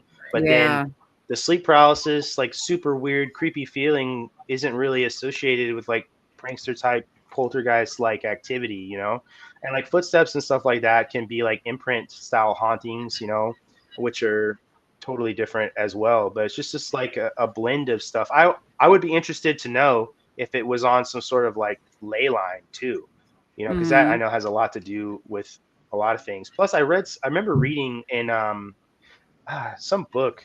There's a paranormal book that said that the fact that England has a lot of like fog means that like the electromagnetic field there is more intense. Yeah. So like it contributes Charges to the up. level. On top of that, it being a brick house, brick holds a lot of energy too. So all those houses there like hold all that shit. Yeah. Dude, and freaking a lot of the houses in Europe in general, they make with either brick or just like concrete, like the cinder block style houses. They don't use a lot of the same materials like that we use in the United States. And so I mean, like they must just hold energy a lot different than does other things. Yeah. I know I want to investigate a castle in the UK. Dude, you can Airbnb rent out a castle in Europe. Oh man, that's one of my goals. Really? Yep. A whole castle? Like a whole? You sure can. Go if you have the Airbnb app. There's a thing you can toggle on for castles. What? Yep, Holy. look it up. That's pretty cool. Yeah, Mhm. hell yeah. Europe or Italy, France, Gotta get Germany, on it. UK, Portugal. Airbnb castles. Yeah. No, legitimately, it's a section of the Airbnb app or website now. Castles. Yes. Wow. You do like an international episode, you know, we'll just all go, and you can pay Right. money to stay in Dracula's castle in Romania. Actually, you can rent that out and I'd stay. love to do Yeah. that. I don't Yeah. see. My problem is I don't know how I'm going to get there because I don't fly. You could take a boat. I mean, it'd take you longer. Yeah. Frankenstein Cruise. Castle, I got to go there when I was in Germany. That's a real place. Yeah. Oh, wow. How was that? It's in shambles. You know, it's like a ruin pretty much now, but it's pretty cool. They do like Halloween events there, and they have like a haunted house and all kinds of stuff. Honestly, man, like have you guys ever seen a like a Christmas market in Europe before? No. If you ever, I mean, Joy, you can, if you want, you can wizard with the screen share again, but just look up German Christmas market. Period. I'm Just going to put do a that right now. couple yeah, put up a couple pictures. But they also do these things called in Germany they call them Mittelaltersmarkt, which is Middle Ages market. And what it is everybody is like dressed up, you know, like medieval times, right? Like the restaurant, but like it's like legitimately like, and they'll do them during Christmas time. So you'll have like one part of the Christmas market is like this just like magical Christmas energy. Oh It's my gorgeous, isn't it? I can see your God. face. And then the Okay. medieval part of the market like has like meat and turkey legs and spears and jousting and blacksmiths. It's badass, man. They just do it so much different. Can you guys see the Yeah, screen? that's Okay. Christmas markets. Wow. Look at It's that. Can you guys amazing, see it? man. Oh my goodness. Look at this. And all the Christmas markets What? they have, they sell this stuff called Glühwein, which is just like a hot spiced wine. And they all have their own individual mug. And so if you go to a Christmas market in Trier or Rothenburg or Berlin or wherever, you can spend like €2 to buy Glühwein, or you can spend maybe like €5 or €7 and you can buy the mug with the Glühwein in it. And then you get to keep the mug with like the name of the town and the year on it. And you could come back and forth and get like $2 refills of the Glühwein. And it's like a thing. You walk around with this hot spiced wine, eat all this amazing food, and like look how gorgeous that is, you know? Yeah. She But, said it looks like a Hallmark movie. So Absolutely. it really looks like does, man. this I every wish they year? do stuff like that. Oh my Every Christmas, God. they all do those, yeah. And all the little towns will do their own versions of them.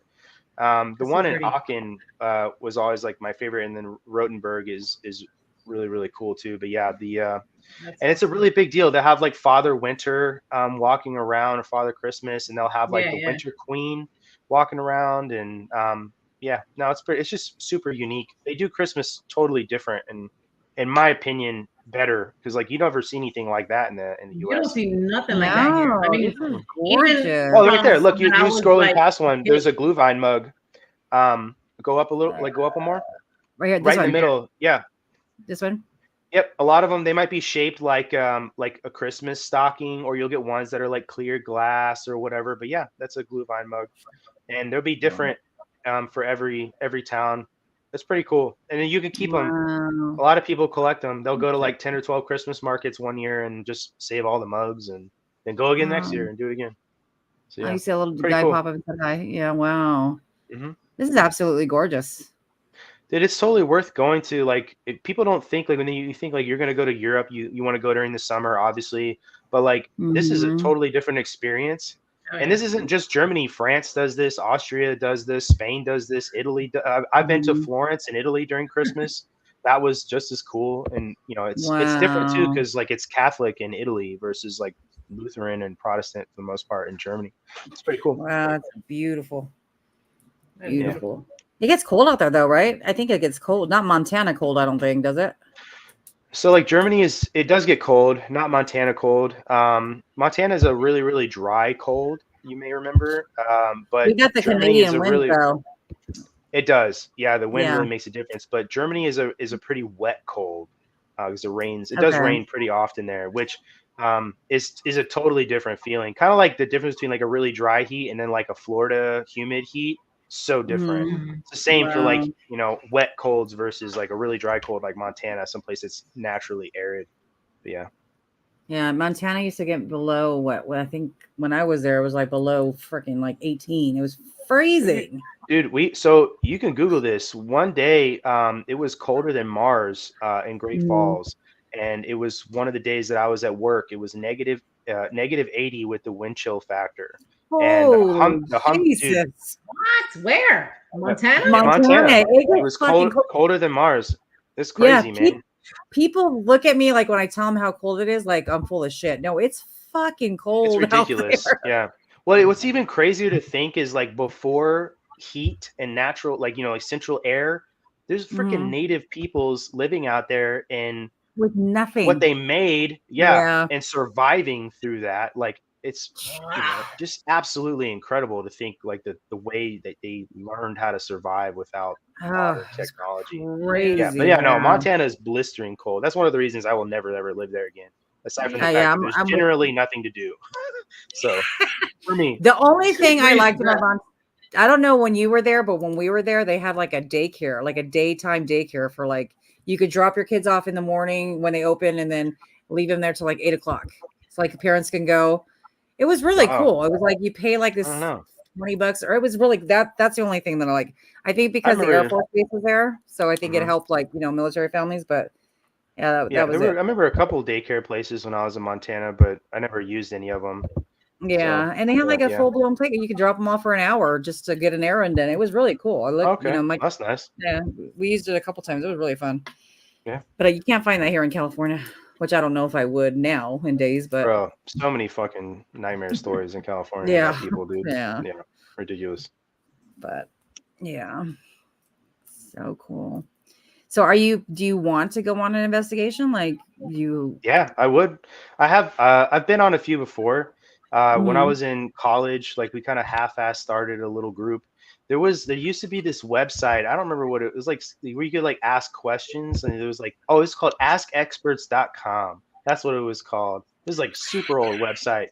And there's just like loosely, heard of it. right? Like understand like when it's askexperts.com, because 20-year-old me was on there as a paranormal expert answering people's questions, right? And just saying, but there's like all of these topics, right? Like you have lawyers that are on there, like you need to pay them for like legal advice too. You know what I mean? Like somebody with a juris doctor who's an actual expert. So we even like would do that. We use that website to like answer people's questions and like advertise. Actually, when I was in Montana, we had so a lot of the people I went to tech school with, which is like your training to do your job in the Air Force, we call it tech school. Mhm. About 100 of us on my team went to Malmstrom. And so one of my friends, he was like, hey man, a guy on my flight, his house is haunted. He's like, I know you did this like in college with friends. He's like, would you want to come and investigate his house?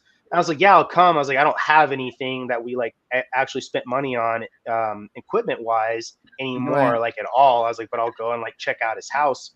And it was like, I got there and we did do like an investigation with a couple of friends I had, but it was also really weird because they like tried to like wrap me up in their pyramid scheme as well. So like, I don't know, it was kind of one of those like things, but so we did that, and I don't really think their house was haunted. I kind of think that they were just, I don't know, pretending for clout or whatever. But yeah, I've been on investigations before, but never with like a group like you guys, like ever. So just kind of like my own, like, yeah. Well, if you ever come towards Disneyland, let me know. Okay. Next time. I mean, like, I'll definitely, Yeah. I'll definitely be back down there. Yeah, my wife. Yeah. We will be down there for sure. Is your wife into the paranormal too? So she is. My wife is Nice. super sensitive. She has to kind of turn herself off to it.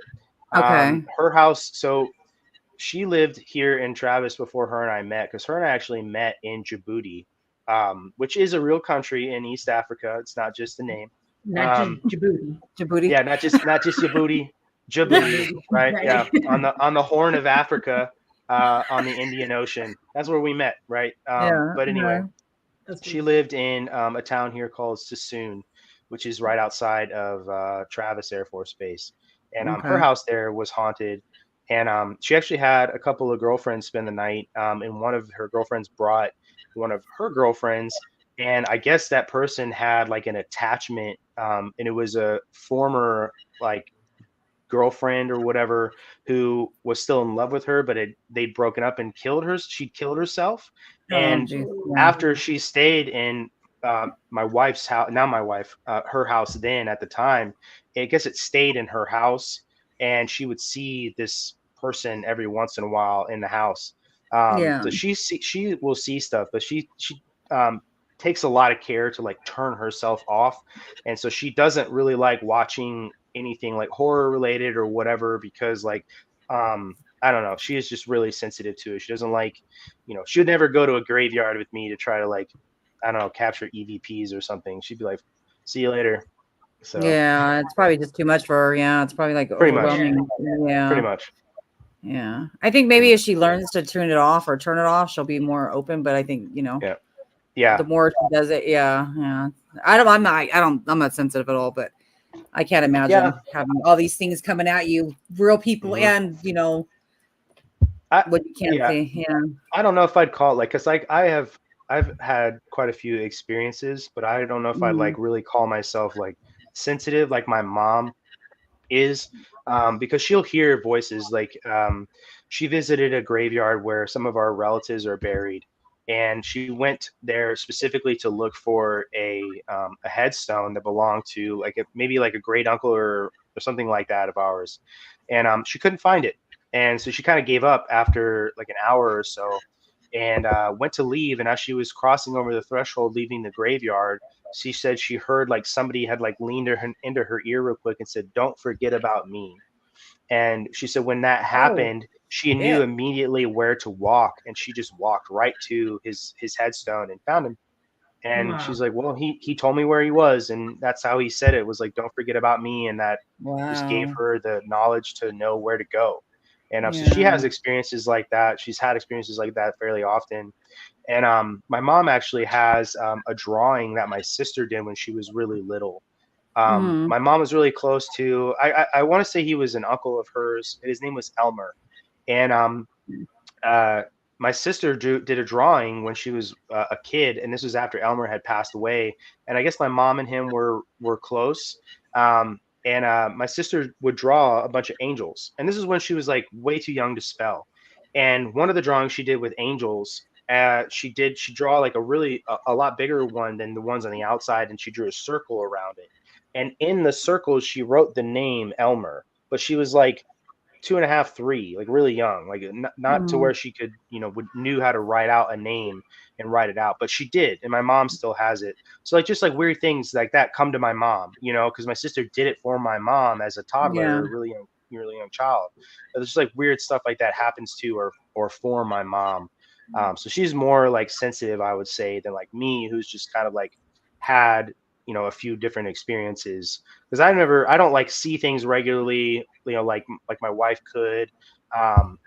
Like spirits don't come to me because they realize they can interact with me like they do Yeah. with my wife or whatever. Yeah. Yeah. Everyone I talk to that's a psychic or has abilities, so that they feel like everybody has some kind of sensitivity, whether Hmm. it's, you could I just see. consider like my openness, I guess. I always Yeah. like Yeah. I do, I believe in it. I don't know what it all is.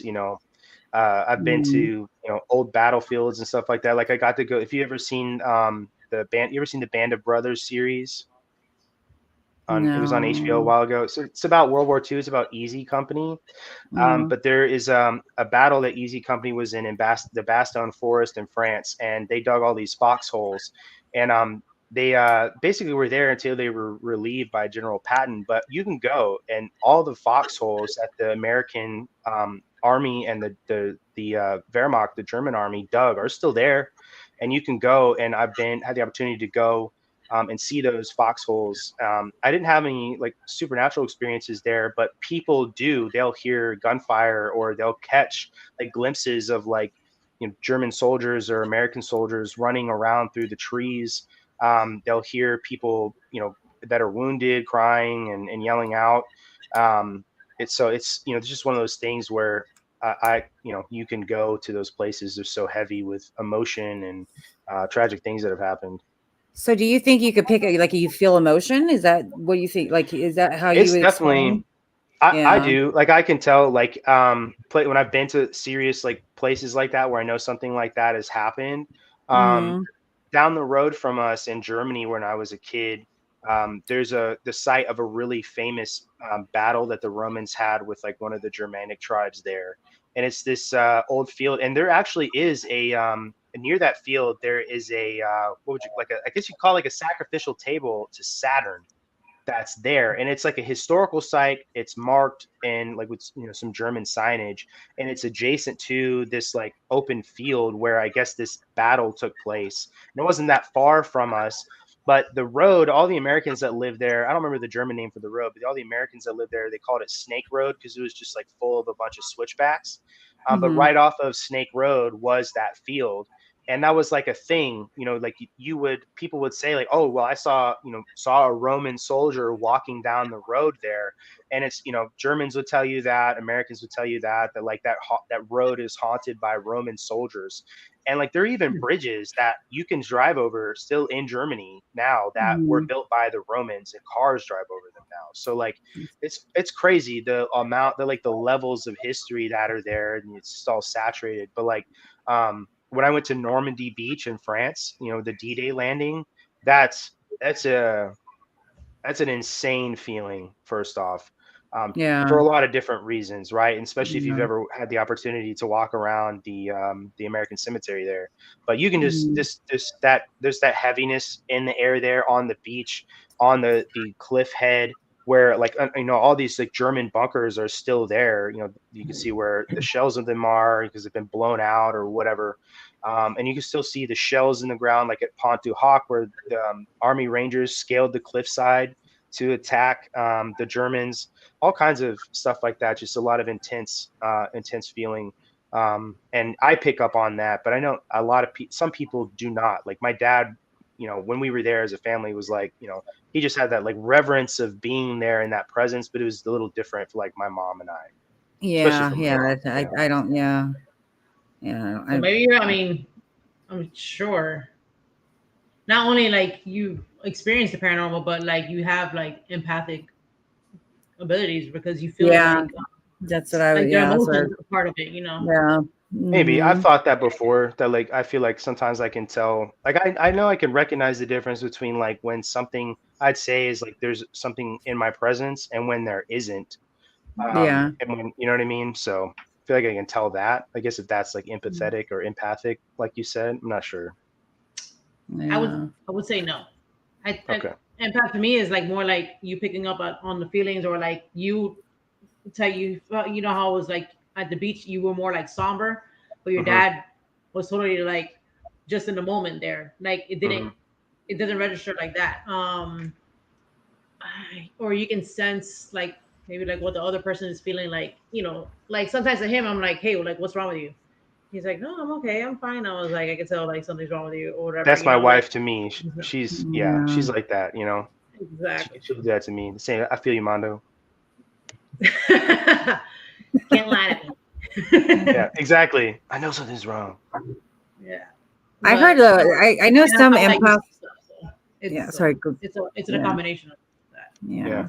I heard Uh, some empaths too. That's hard for them to get out because they're just picking up on everybody's emotions, and it's like, my you wife will know, say that, yeah, like big crowds and things like that. Like she has to really like guard up at like again Disneyland or like the even like Costco or something. Like yeah. sometimes, I don't know. or like if That might be somebody is hard. like, yeah, somebody is like Mm. really angry around her. Like even if it's not at her, that like energy, she can feel it. She always say this like, it's like a whipping feeling. She always says, and like she has to like get away from that. So You know Yeah. what's crazy? So I have one example about this, and like since it happened, I can't forget it for some reason because it was fucking horrible. But one time we go on Saturday nights, we eat with my parents, right? mhm, Like one thing I do every week, and coincident that weekend we went to a burger place. Well, me and Armando picked up the food. My dad doesn't go. We take it back home. Well, to his house. So we had ordered at a place called Habit Burger, and when I love that mhm, place, I've been eating there like 1,000 times, nothing bad or whatever. I never got sick. And when we walked in there, we placed our order, and you can see the kitchen right there. It's like open kitchen, and the cashier's there, and then literally the people are like cooking right behind the cashier. They were fighting. Do you remember that? Mhm. They were.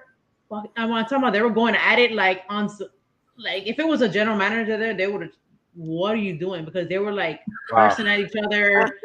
What the fuck? And this have a fuck you guy. And this, I mean, they were like really going at it. The cook was going after like one of the servers. I mean, they were like so aggressive. In my head, I was like, that's bad habit and then burger. everybody's just like waiting on their food, and they're like watching the show. Like it was bad. So dinner in the show, and then hey, I was just like in my head, I was like, man, this is kind of like freaking crazy, but whatever. I didn't think really much of it, but they were really, really heated, and it lasted for like a long time. We got our food, we left. Everybody had basically the same thing. I think we all had the same burger. I don't know, maybe mine had cheese. I don't know, whatever. But I knew my burger was. And my dad and Armando had the same thing. Nobody got sick but my ass. Oh, is that the time? And I tell you, like, I ate, and immediately after I was just, I don't know what the hell it was, but like I was just, I had to throw all that shit out, throw up all that. Sorry, it's not nasty, whatever. But I was the only person that got sick, and he was just like, "That's so weird." My dad was like, "We all ate. Literally, everybody ate the same thing." But I think to me, I know that it's just the negativity. It's just that vibration was cooking on top of that, and I ate it. And for some reason, it affected me like that. It was so, it was terrible. Dude, like, you were like a Death Eater. You know what I'm talking about? Or what is it called? A Soul Eater or whatever? From that a Sin Eater. That's what I'm talking about. You ever heard of that term before? A Sin Eater? No. What is that? It's like a Sin Eater is they made a movie about it called The Order. It's actually like one of the like lesser known like Heath Ledger movies. But essentially what you do is you're eating somebody's sin to absolve them of a sin if you can't get the absolution that comes from the church because maybe you've been excommunicated. So like you ate their negativity for them and got rid of it. I did. I was about to say that, like something similar to it. Yeah, I know what you're talking about. Yeah. All that anger projected into that one thing that you ate. Like, fuck this cheeseburger. I totally believe that. Right? Anyways, fuck this cheeseburger. Yeah. Dude, that shit was terrible. Like, but I believe that it was literally fuck that cheeseburger after Jen got sick. Right? Yeah. Oh my God. Even with like plants, I have plants here that are like, well, they were barely hanging on. And I started doing this thing where, I'm sure people seen this video. It's old ass, I think it's from China or something. But they do like the rice thing or like the plants when you talk to it, and like the experiment with something. Oh yeah. I forget what it's called.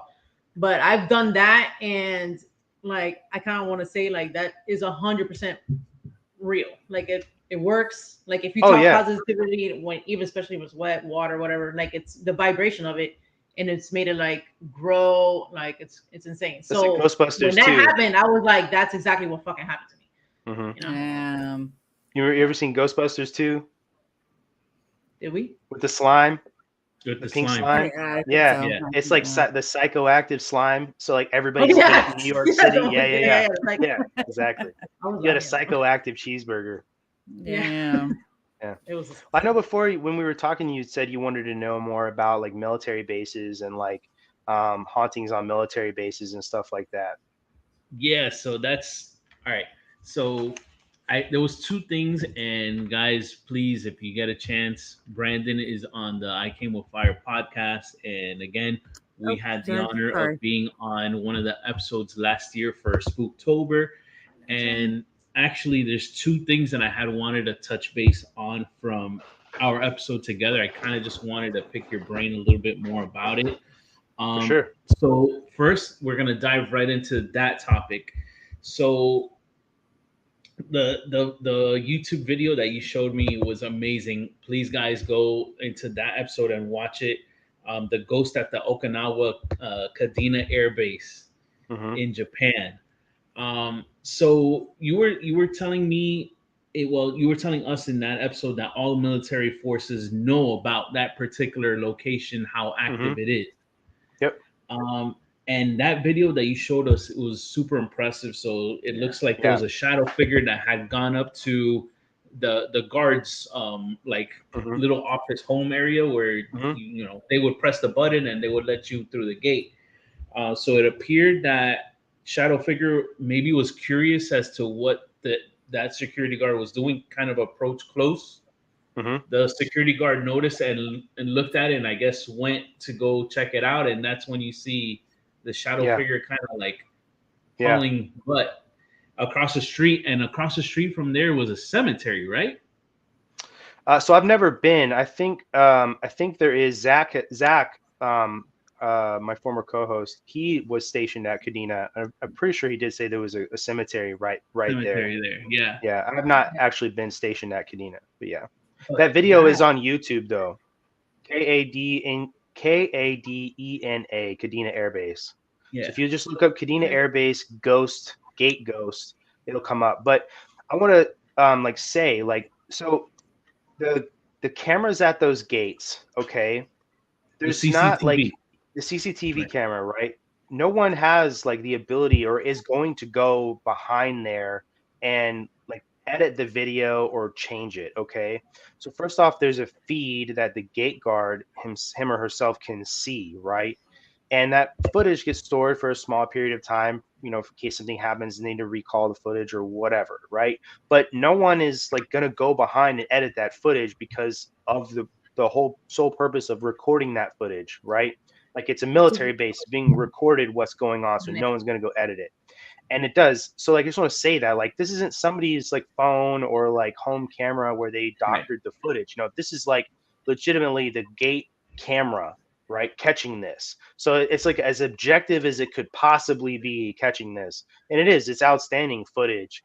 And then Zach, if you remember, he was telling you guys on that episode that he was posted out on the like munitions side of the base. And so like anything explosive for the most part is stored way far away where everybody's at. So you're kind of out in the fucking boonies if you're posted out there. And he fell asleep on post on accident. And right before our flight chief or his flight chief rolled up on him, something in his ear said something to him like, wake up or whatever. Like, what are you doing? And he woke up and was like, and no one was there. And then like 2 seconds later, the flight chief's vehicle rolled up to check on him. And if you would have caught him sleeping, like he'd have been in a lot of trouble. So like he had that happen to him. And then there's a legend out there about a Japanese guard who committed suicide out there and out in the munitions area as well, because of something he saw. And this is like a story. And but there are like military bases. I'll just say like military bases in general. First off, there is always going to be a lot of energy there. Okay. For whatever reason, there's always aircraft, there's people going through a lot of shit. There is normally, you know, we have our own power on base. Like, I don't know. There's just always something going on. And people are always, and I'd say like this, there's a lot of emotional, I guess, trauma and experience and negativity that goes on base, you know, and just in general by nature, you know. And people die on base, people live on base, there's hospitals on bases, there's, you know, schools and stores and all that stuff. You know, it's a community. You could live and never leave and you'd be just fine, I guess, technically, you know. But some bases are worse than others. Like, you know, so like Kadena, for example, we were talking before, Kadena is technically an Air Force base, but it is a joint base. And there are Marines, sailors, soldiers, Air Force, now Guardians, Space Force that are there as well. And but Japan and Okinawa are littered with Air Force or U.S. military installations all up and down, both Okinawa and the other Japanese islands. And those are there because of World War II. And so when you think about like the fact that the United States dropped 2 nuclear weapons on Japan to stop the fighting because it was so brutal there on Okinawa, they were worried about. I'll tell you, this is a fun fact just to show you where the mindset of U.S. military leadership was during World War II. Every single Purple Heart that gets issued to somebody today that's been wounded, global war on terror, whatever, those were made in preparation for the invasion of Japan, and those are the same Purple Hearts that were made in the 1940s that are still being issued today because they expected to lose so many people. So Yeah. that's where their mindset was, because the fighting was so intense, right? And I say that because that's how these are places. A lot of those bases, like Kadena or like up near where I was at in Japan, at Yokota, there's a place called Tama Hills. Tama was a Japanese military munitions base, and that that is full of spirits, right? And the Japanese that live there, I went there several times, would tell you that, all these Japanese bunkers where they used to stay, and then especially in Okinawa, where there was actual like fighting between Americans and the Japanese, right? And so there's just all this negative energy there, and it's actual battlefield from that point. And the same in Germany, like there are bases that the Army has and the Air Force has, and those are all for the most part, like Ramstein is a joint base. So there's Army, Navy, Marine Corps, Air Force that are all there. You might even see like a Coast Guard detachment, like where the fuck is the Coast guys? But they're there. And because like that area, like I said, like, you could go off base right out the gate for 10 minutes and you could go to a castle that has been there for over 1,000 years. So everything is just old, so it's saturated with this kind of stuff. But Kadena itself is known by any branch like to be like a really haunted place. If you've been there, you hear the stories, and specifically that gate that's in the video. And there's another video too in that the barracks where you see a shadow figure there as well. So yeah, guys, if you get a chance, definitely check it out. Brandon, I'm sorry. It's on his podcast. What is it? It was on the episode that we were on. He pulled it up and everything. Yeah, you see it. You guys will see it. It's amazing. Definitely check it out. What I had wanted to ask you, Brandon, kind of like branching a little bit off of that. I don't know if you're able to say it. If you're not able to say the exact location, if you can tell us the state, I guess is fine. What are some of the more known haunted bases here in the U.S.? Yeah. So like the missile field in general is known to be a pretty haunted place, and full of a lot people have a lot of really strange experiences. So like the missile field, when I say that, what I mean are the 3 bases that we have. And this is common knowledge. You could Google this, right? It's all Googleable. I'm not saying anything that you can't find on Google is basically what I'm trying to say. So Minot Air Force Base in North Dakota, Malmstrom Air Force Base in Montana, and then F.E. Warren Air Force Base in Wyoming have missile fields. So when I say missile field, I mean that there is massive swaths of land larger than other states in the United States that have intercontinental ballistic missiles armed and ready to go, right, in the ground. And there are airmen that go out and all they do is guard those missiles. And they have, we have missile alert facilities and things like that where they sleep and they go out and patrol and do all this stuff. Yeah. And so there's all kinds of stories. I mean, you can even too, like taking it to the other side of the supernatural.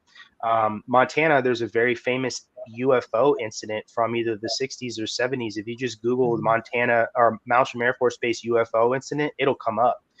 And so the UFO lore specifically at Malmstrom is very, very heavy. Even like the local minor league baseball team there, their mascot is an alien and his name is Orbit. And it's their logo is literally like the flying saucer, so like the UFO lore at Malmstrom is super heavy.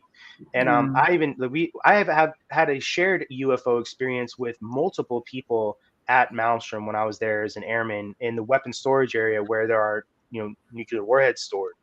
And so the supernatural is a big part of the military, especially in the UFO side too. But some of the more haunted places, like military base wise, Charleston Air Force Base, I've heard is very, very haunted. That's in South Carolina. Malmstrom Air Force Base's chapel was very haunted. There was actually a suicide that took place in one of the pews there as well, and that the chapel there is known to be haunted. Like you can Google that. It's actually there's an author that came to the BX, which is like the like a Target, if you will, on base, and was selling copies of their like Haunted Montana, and that story is actually in the book. And then I've heard like Los Angeles Air Force Base. There's, if you didn't know that, Joy, there's LA Air Force Base, which is not that far from you. That one I've heard a lot about. Offutt Air Force Base in Nebraska is another one. Everybody everywhere kind of has their own like stories. Like Travis Air Force Base, for example, where I was at before, is where they brought home a lot of remains from Vietnam and Korea. They brought them through there. So there's even that aspect as well, you know. So like when I say there's always something haunted wise. And then like you know, it's a regular community with neighborhoods on base, you know. Like when I was in Montana, I've been to, there were several homes that were, you know, had people that killed themselves in them, and you know, people would, I mean, I even responded to a ghost one night on patrol. You know, so it just, I could tell you that story if you want, but you know, tell us about that real quick.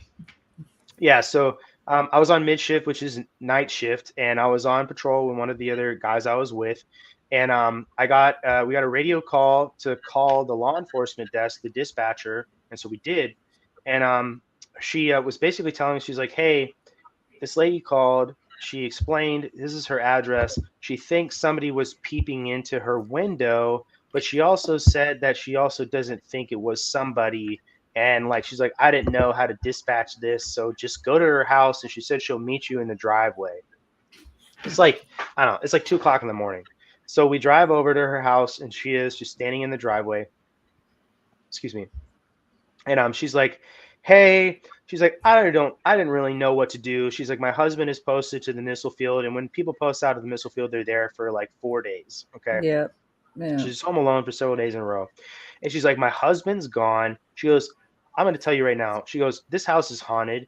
She goes, I just didn't know what to do. She's like, because I'm home alone and just didn't want to be alone. And so she's like, could you just come in with me and do me a solid and like make sure there really isn't anybody, and then check my backyard for me? She's like, because like, I'm pretty sure I'm just being like pestered by what's here. And we're like, oh shit, that's fucking crazy. Like, what happened? So she was up late. She was watching a movie in her living room, and she said her dog got up really quick and ran to the back door, which is like mostly glass door, and started like barking really aggressively at the door. And so she thought maybe the dog saw like a rabbit or something like that in the backyard. She was just going to let the dog out so it would shut up. And when she went to go let it out, she said like near the bottom of the door was this like non-human, really scary looking face. She said like something really small was like looking up at her through the window, like the glass in the door. Jesus. And she's like, what the fuck? You know, like screamed and like ran away and didn't let the dog out. And she said she didn't know what to do, but didn't feel safe anymore. So she called 911. Okay. And got us over there. And so we did. We just walked around her house, checked under the bed, the closet, and treated it like somebody may have broken in. And then her house actually, you know, had like a fence. All the houses had their own backyard fences, and it backed right up to the actual like base wall. So we just walked all the way to the wall, made sure there were no like climbing aids that somebody used to climb over and get in her backyard. Just kind of like a peace of mind thing for her. But yeah, I was like jokingly say like I responded to a ghost. And she knew, that's what she said. She's like, I don't think it's somebody, but I just don't know what to do because my husband's not here and it's 2 o'clock in the morning. Yeah. So it's scary. I remember that story from our episode. You had told us that story. Oh, did I? Okay. Yeah. Yeah. That was a good one. Mm-hmm. Once you said what you had seen, I was like, I remember this story. Yeah. Guys, you have to watch that episode. It was a good one. Bunch of stuff. There's a lot of good things. I don't even remember that. The other thing that I wanted to touch on too, we're short, just a little topic before we start wrapping up. We had talked about a book that you had mentioned. It's called The Siren Call of Hungry Ghosts. Yeah. And you had mentioned it essentially it's a nonfiction story about several mediums, like past experiences with the paranormal. And you had said that the book states that spirits will tell you something like a partial truth, but then they kind of like add like a little nugget that's a lie, kind of like to throw you off, something that, you know, like they'll tell you that, so that way it's kind of like they're not telling you something that's gonna be like towards the future, like you won't know, something like that. And we were talking because that topic had come up when we were talking about the Broward's Women's Correctional Facility, and in the EVP we had gotten the inmate's number, Right. and that's when you were like, well, possibly that was the spirit kind of like telling you part of the number, but not the whole thing. So that's a very interesting topic. And then we were also speaking in reference to Paul Hammer, and Paul Hammer is the spirit of pretty much, he was a family friend of the sisters that own the properties at the Old Davie Schoolhouse. And when we had spoke, we were like, oh, that was it ended up being a fake spirit and a medium friend that we had investigated with like us. He was like, everybody goes there to speak to him, right? But and we don't believe it's that person, whoever that spirit, and we think it's just a negative spirit that's there and just pretending like, yeah, I'm him, because you're gonna give me all that attention, basically.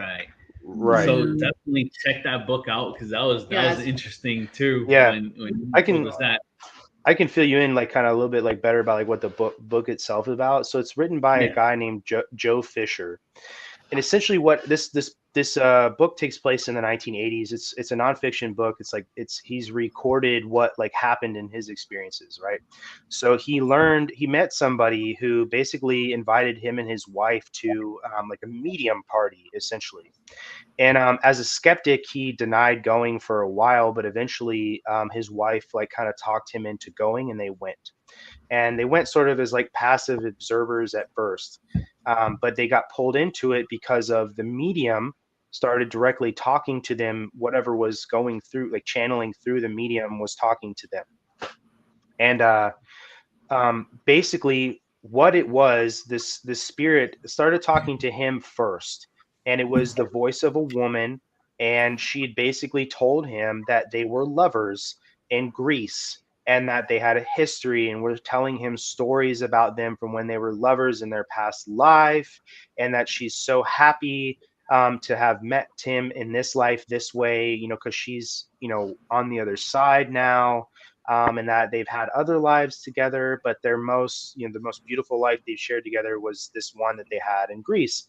And you know, they have these, whatever, I don't remember what day it was, like every Friday night they would go over to this apartment, and then the medium would be there and channel spirits for individual people. And it, you know, for a while it was just talking to him and a few other people. Like his wife was there and as an observer, and it started this I guess relationship he had with this spirit being channeled through a medium started causing issues between him and his wife, because of, you know, it's speaking romantically to him and recalling times when they made love by the ocean, and, you know, yada yada yada. And you know, he was interested in hearing more, you know. So they had arguments where like she kind of felt a little betrayed that he wanted to hear more about this relationship he had, you know, even if, you know, it's a past life, right?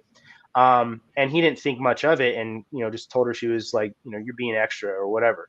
And but then it started talking to her, and then it started telling her about, you know, things in a relationship, and here's you and me in a past life. And but and I don't want to spoil too much of the story, but it started giving him specifics, because he kind of got obsessed with this, you know, these conversations in this relationship that would come and go through the medium.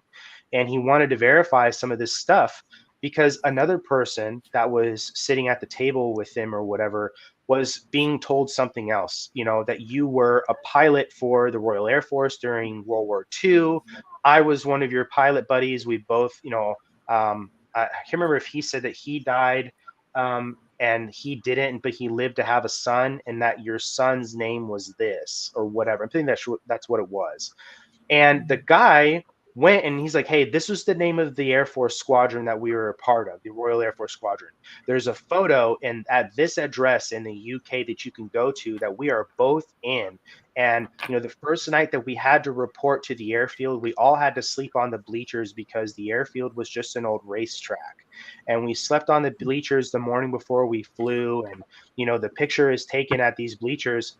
And so he's like, man, this is like really specific stuff. Like, I really want to check this out and verify this information. So they decided that they were going to go, him and this other guy. They went to the UK and they were going to verify this information. And they actually were able to get the birth records and found out that this person that the medium had mentioned did and was alive at the time they found him. He had a son by that name. But there were some differences, right? The last name was different, but the time of birth, the hospital, the place of birth were all identical. You know, all these weird things that were super duper accurate, but stuff that was not so accurate. So it gets to the point where they're realizing that they're just taking everything this medium, the spirit is telling them at face value and believing it, and not really questioning what was being said because they're so enamored with what they were being told. And they're being told about themselves, right? So like everybody likes hearing about themselves and like, you know, in your past life, nobody's ever an asshole. You're always somebody fucking cool. You know what I mean? You know, you're a pilot or you're a fucking king. You know, you weren't a pimp or a prostitute or some shit. You know, no one ever tells you that, you know. I don't know. But anyway, so they start fact checking and they look up this info. And when the spirit is talking to them, they're like, well, we checked into that and this is what we actually found. So like, what's up with the inconsistencies? And whatever the spirit was would get defensive and angry and start like gaslighting them and saying that like, well, you don't trust me, you know, we were lovers before, you know, we had an infallible trust between us, and you know, we lived and died and breathed together, all, you know, all this stuff, and was like gaslighting them into like trusting it. Anyway, it's really crazy. This book is really, really good. And it's really scary because they start like this guy his whole marriage gets ruined because of this relationship with the spirit through the medium. Okay. And it started like telling them that they needed to like start having a third like in their relationship, if you know what I mean. No. Oh, dude, but they were doing it like, and they were listening to that spirit. Yeah. And so this spirit was manipulating their lives and telling them all this truth. And so, you know, one of his like theories in this book essentially is that there is like a universal law or whatever, that spirits can only tell you so much that is total fact without having to tell you something that isn't necessarily fact. And that maybe there's like a law for them that they can't tell you the total truth because of, for whatever reason, you know, and that's what was going on, and that the spirit was enjoying the control it had over them by giving them partial truths that they could verify. But when they took it a step or two further, it was not true, you know, or was only like half true. And it was getting angry with them, and it would be like, it would like punish them, right? Where they would come again for one of the like the medium, and it would just not show up, or it would be like somebody else's spirit would be like, well, Joyce says she's not coming through today because you were an asshole last time. And they're like, okay, well, what the fuck, you know? And anyway, but some of these conversations they had are recorded, and there's different voices and stuff that come through. It's pretty wild, but it's a really, really good book. Like you said, it's called Siren Call of Hungry Ghosts, and hungry ghosts meaning like hungry for life and control and manipulation. And it's really just kind of like a lesson on like, well, you know, you never can trust or know what you're actually speaking to. And then like his postulation on like what is going on the other side, and that sort of the arrogance that we have to think that we can actually really understand or have control over what is on the other side. Because if they know more than us, obviously we don't know what it is that's over there. If they can tell me things from the past, it knows, then, you know, it has a way of knowing it's smarter, or quote unquote smarter, or knows how, you know, to manipulate us in this way by sharing Yeah. information like that. It's just it's kind of it's like a mind fuck, honestly, and kind of scary when you think about it, if you, especially if you believe in spirits and you know, that stuff exists on the other side, so to speak, because it's like, well, fuck, like what's over there doing this? You know, why have such an interest in manipulating people? You know, I don't know. It's really, really good, and Yeah. yeah, I highly recommend it. You know, it is pretty. It's just like it's a scary book, but in a different way. You know what I mean? Yeah. You know, that That's book is weird. on That's Amazon. crazy. It was on my list. Yeah, So, highly recommended. Yeah. All right. Well, unfortunately, this is already getting to this is long as hell. Sorry, guys. No, we're good though. I know. I don't want it to end now. I want to keep hearing more about this book. That's a good book. The first 40 minutes, I was Yeah. like, how is it like 46 minutes already? It's been, telling you, yeah. dude. I'm just, But I can that's how it fucking was talk for forever us and in just the bullshit, reverse. man. Like, No, we're like, I bro, love it. 2.5 hours. I can't believe that it's gone by. Yeah, it was super Yeah, entertaining. no, But I love that Jenny, you talk, and I Jenny appreciate has to it. go to bed, and I gotta, you know, You ain't gotta do shit. I gotta get. It's me. I gotta go to work, guys. Yeah. Feel you. But No, thank you guys for having me definitely, I on. would This love was to a lot have of you fun. I back love on having again, and conversations like this. Thank you. Yeah. Yeah. Definitely, my friend. I wanted to ask you about real quick. I know, really quick. So since you touched on the UFO, I know, but we didn't get a chance before. So what are your thoughts about, like, say, the military and, like, say, UFO disclosures coming out now? So I have a lot of mixed thoughts on that, because are you guys familiar with the term controlled opposition? Yeah. Okay. So I feel like a lot, or I shouldn't say a lot. I feel like there is a hefty amount of controlled opposition, and there is verifiable controlled opposition throughout the past, right? So like, are you guys familiar with like Project Blue Book in the Air Force? Project Blue Book? No. No, it's not a movie. I mean, unless there was a movie about it. This Blue Beam. No, does it have to do with Blue Beam? Okay. No. Project Blue Book. So after World War II, during World War II, pilots were reporting seeing, you know, unidentified flying objects, and that's actually where the term Foo Fighter comes from. Like the band, they were calling them Foo Fighters, and that's where that term comes from. But the Air Force opened an official investigation into UFOs. And I call it investigation loosely because really it was an attempt to discredit people and document all this information to store and study it, but to not actually prove that anything exists, right? And the other thing too, you should look up the Majestic 12. If you've never heard of the Majestic 12, I highly recommend you guys looking up the Majestic 12. So the U.S. government has a pretty stark history with UFOs and cover-ups. And a lot of the terms that you're familiar with, you know, the discrediting of people, or these modes, right, of discrediting people and making them out to be crazy for UFOs is a direct correlation to the Air Force's Project Blue Book. And it was open and closed after a while. But essentially, I bring up Project Blue Book to build a foundation of controlled opposition, and the government intentionally discrediting people who come forward with information, and then also releasing false information to trace how that information spreads. Okay, does that make sense? Yeah. Okay. Yes.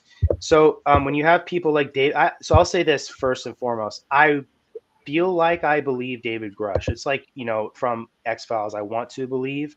I do think that David Grush is being honest. I don't think that there's a lot in it for him to be dishonest. Like Lou Elizondo, there's a lot of weird stuff surrounding him as well that I sort of feel like, because he's the first one that really came out in 2017. You remember that New York Times article that came out that was talking about UFOs and like admitting it was the article that first referenced Commander Fravor in the Tic Tac UFO that that U.S. aircraft carrier was seeing. And so yeah, Mulder was the man. Cross the line. I love X-Files. That's another show I used to watch as a kid, right? But anyway, I think everybody here. I have a hard time first off, understanding psychological operations that the military does, because there is an entire playbooks, and people who are psyops completely and totally. Okay. And side note, if you want to see probably one of the best fucking recruiting commercials I have ever seen in my life, go to YouTube and go to this YouTube, the psyops recruiting commercials. It's insane.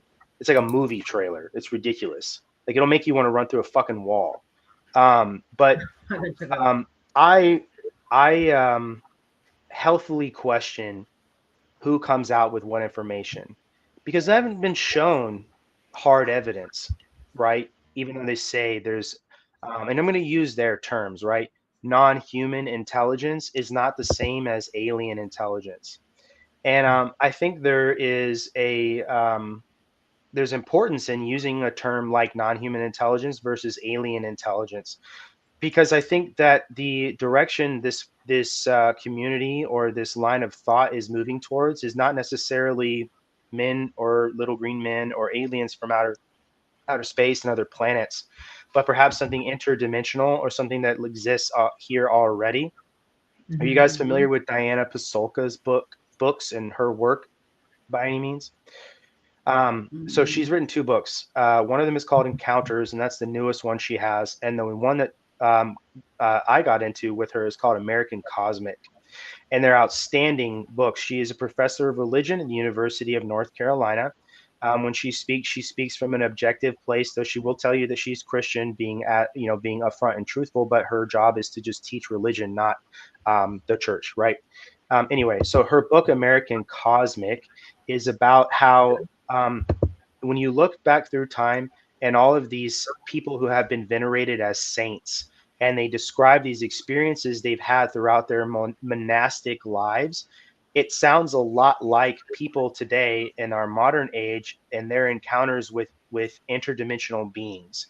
And that when this monk or this nun, right, who has been venerated, like Saint Teresa of Avila, you guys may be familiar, have heard of her. She's fairly popular, well known.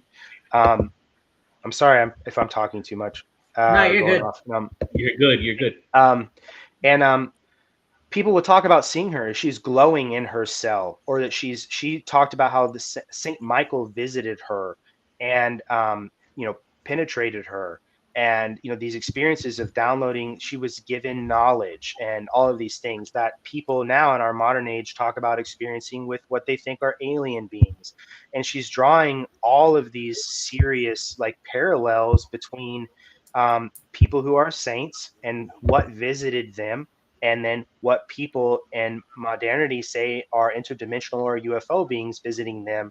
And she's not saying it's one thing or the other, whether it's an angel or an interdimensionary being, but she's saying that, look, these are the same things. Like, when the parallels are uncanny. She even talks about like Jack Parsons, if you guys are familiar with Jack Parsons, right? Yeah. So he talked about performing rituals. He was friends with 𝗟𝗏𝗏, who's the founder of Scientology. They perform rituals, and Jack Parsons says he performed rituals and had spirits tell him information. He was able to do all this super advanced physics, and he's considered the father of American rocketry, and he died mysteriously in an explosion in his garage. And he was into paganism and sex magic, and he was friends with Aleister Crowley and L. Ron Hubbard. It's fucking nuts when you look into Jack Parsons and the huge shit. right. Oh yeah. Follower. And so like all of this ties into the like interdimensionary being thing and UFOs, I think, because they stopped using the term alien. Okay, they started using the term non-human intelligence, and you got to pick up on shit like that, right? It's military even has reclassified the term UAP. It doesn't mean unidentified aerial phenomenon anymore. You guys didn't know that. To the government, the U.S. government, UAP now stands for unidentified anomalous phenomenon, because there are both what you used to call USOs, unidentified submersible objects, and then UFOs, unidentified flying objects. And these Tic Tacs or whatever that the Navy was seeing were coming in and out of the water, right? And all these people have these experiences seeing these craft that are under the water that don't belong to anybody, And the other part of me too is thinking like, well, we're the most advanced military in the world. What's the likelihood that the U.S. government tests these super secret squirrel projects against the most elite fighters in the world? Why the fuck wouldn't you? You know what I mean? Why wouldn't you? Like, there's a real true story of the first jet fighters being flown around by pilots, and they would fly by pilots like that had no idea that they were going to get flown by, and the pilots flying the jets were wearing like gorilla masks. Because what the fuck are you going to tell somebody when you're up there flying? A gorilla flew by me in a jet plane. You're not going to say that. But they did that to test out what their reactions were and to see how these pilots would engage with these other aircraft and what they would report, right? So the military does that too. There's a precedence for these things. So with disclosure, I do think that the government is telling us that there's things that they are in contact with. I 100% believe them. But I also would caution people to use your brain and really listen, because I do feel like when this is happening, there's controlled opposition information going out at the same time as accurate information is going out, because they don't want you to know everything, and they're going to want you to be slightly confused. The general gist is, we're telling you this shit exists. I'm not going to tell you exactly what it is, and there's going to be all this shit that's going to come out, and it's an overload of information because you're not going to be able to process it all at once, and that's the plan at the end of the day anyway. So I think it's real. And I think that these two things are happening at the same time. That's just my personal take. Yeah, absolutely. 100%. Like, just as they throw out so much, and there's so many people saying so many different, like, say, some different information that you can't, how to decipher, like, which one's real. Like, you just, everybody, discernment for everything. When they give you a little bit, so you run with it and then do what you know. They're telling you, but they're also mixing it in with something else is what it is. Yeah, and they'll see where that goes and how that evolves and who tells what. You know, it's just like everybody, you know, they call people into question, like, what's his name, Bob Lazar. You know, there's people that think that Bob Lazar is controlled op too. You know, who knows? If you're not familiar with Bob Lazar, you know, if you're listening, look him up. You know, I don't know if I believe Bob Lazar in totality either. There's a lot of really inconsistent things with him as well, you know. So do I think it's out there? Yes. I think it's highly illogical to think that we're the only planet in the universe where there is life. You know, I don't know if other people can, you know, travel here with what we know on this planet and the resources we have. We're not capable of interstellar or intergalactic travel, you know, but that doesn't mean that another planet and whatever resources they have available to them, maybe something that's as common as oil on our planet, there's another element that's as common and commonplace to them there that, you know, provides them the ability to travel, you know, interstellarly. Who knows, you know, or it's all interdimensional, which I think is real as well. But I highly encourage you guys. I'll just give you a list. Like, look up John Keel, read about John Keel, read John Keel's books, Mothman Prophecies. There's a lot of these cryptids that tie into this as well, people think. And then Diana Pasulka, Pasulka, Diana spelled the regular way. American Cosmic, her book, and Encounters, her other book, amazing. I would love to talk to Diana Pasulka. And then Siren Call of Hungry Ghosts, also really, really good. So, but yeah. Awesome. Right. You appreciate you guys. Are amazing. Thank you so much. We're having him back on. Yeah. I appreciate you guys. Because we'll be here for 4 hours. Yeah. You're right. Yeah. Yeah. I appreciate you guys having me on. So. Yeah, I'm not a big reader either, but I'm like, tell me more. Tell me more. Yeah. I'll read this because, I mean, it fascinates me. So this, I love all that. Well, before we wrap up here, don't hang up, because I want to take a picture of all of us. We take a picture of everybody. So just hang on. Sounds good. Yeah, to wrap everything up, thank you guys for being here. Debbie, I saw you coming in. Debbie late. just subscribed to you, Brandon. Debbie McCain is amazing. I linked, thank you, Debbie. Brandon's link tree in the description box. Everybody, please check out his podcast. All his social media stuff is in that link tree. And I Came with Fire podcast. Appreciate you guys very much. Yeah. Thank you guys. Check out Brandon. He's a friend of ours, and you know, we vouch for him. He's amazing. I appreciate you guys. Joy, tell us where you can find you. Right here on JJ.Paranormal, or right here under Joy and Joey. Right here on Sunday nights. Right here. Bye, Yvette. Brandon. Bye, Yvette. Brandon, you're awesome. Brandon, you're Thank awesome. you, Yvette. Thank you very much. Yeah, no, I And enjoyed. you can I find enjoyed us listening. at 305 Paranormal on TikTok, YouTube, and Instagram. Thank you guys for being here. I know this was a long one, but it was super. I mean, it went by so fast, like I couldn't even tell. Informative, as hell. entertaining. Yeah, absolutely. That's what you want in the show, you know. Yeah, Sure. You guys killed it. You guys are great. And you spoke in a way that we all understand. It wasn't like big fucking weird words. Like we're like, what? Well, thank you. I appreciate it, mate. Yeah. All right, guys. Yeah. Next Sunday. Okay, so next Sunday, yes, really quick. Joy, what are we doing next Sunday? Is that Monet? A book review. Yeah. Siren called Hungry Ghost. Oh, so we're bringing my daughter on again for the second time. She's going to do a tarot card reading, right? Is that what we're doing? Yeah, so we're gonna do open tarot live. So you guys, have if any you questions? you Log can jump on. on the chat. We'll do your readings live, or if you want to DM me something. She's and still I'll do it beginner for you privately. intermediate.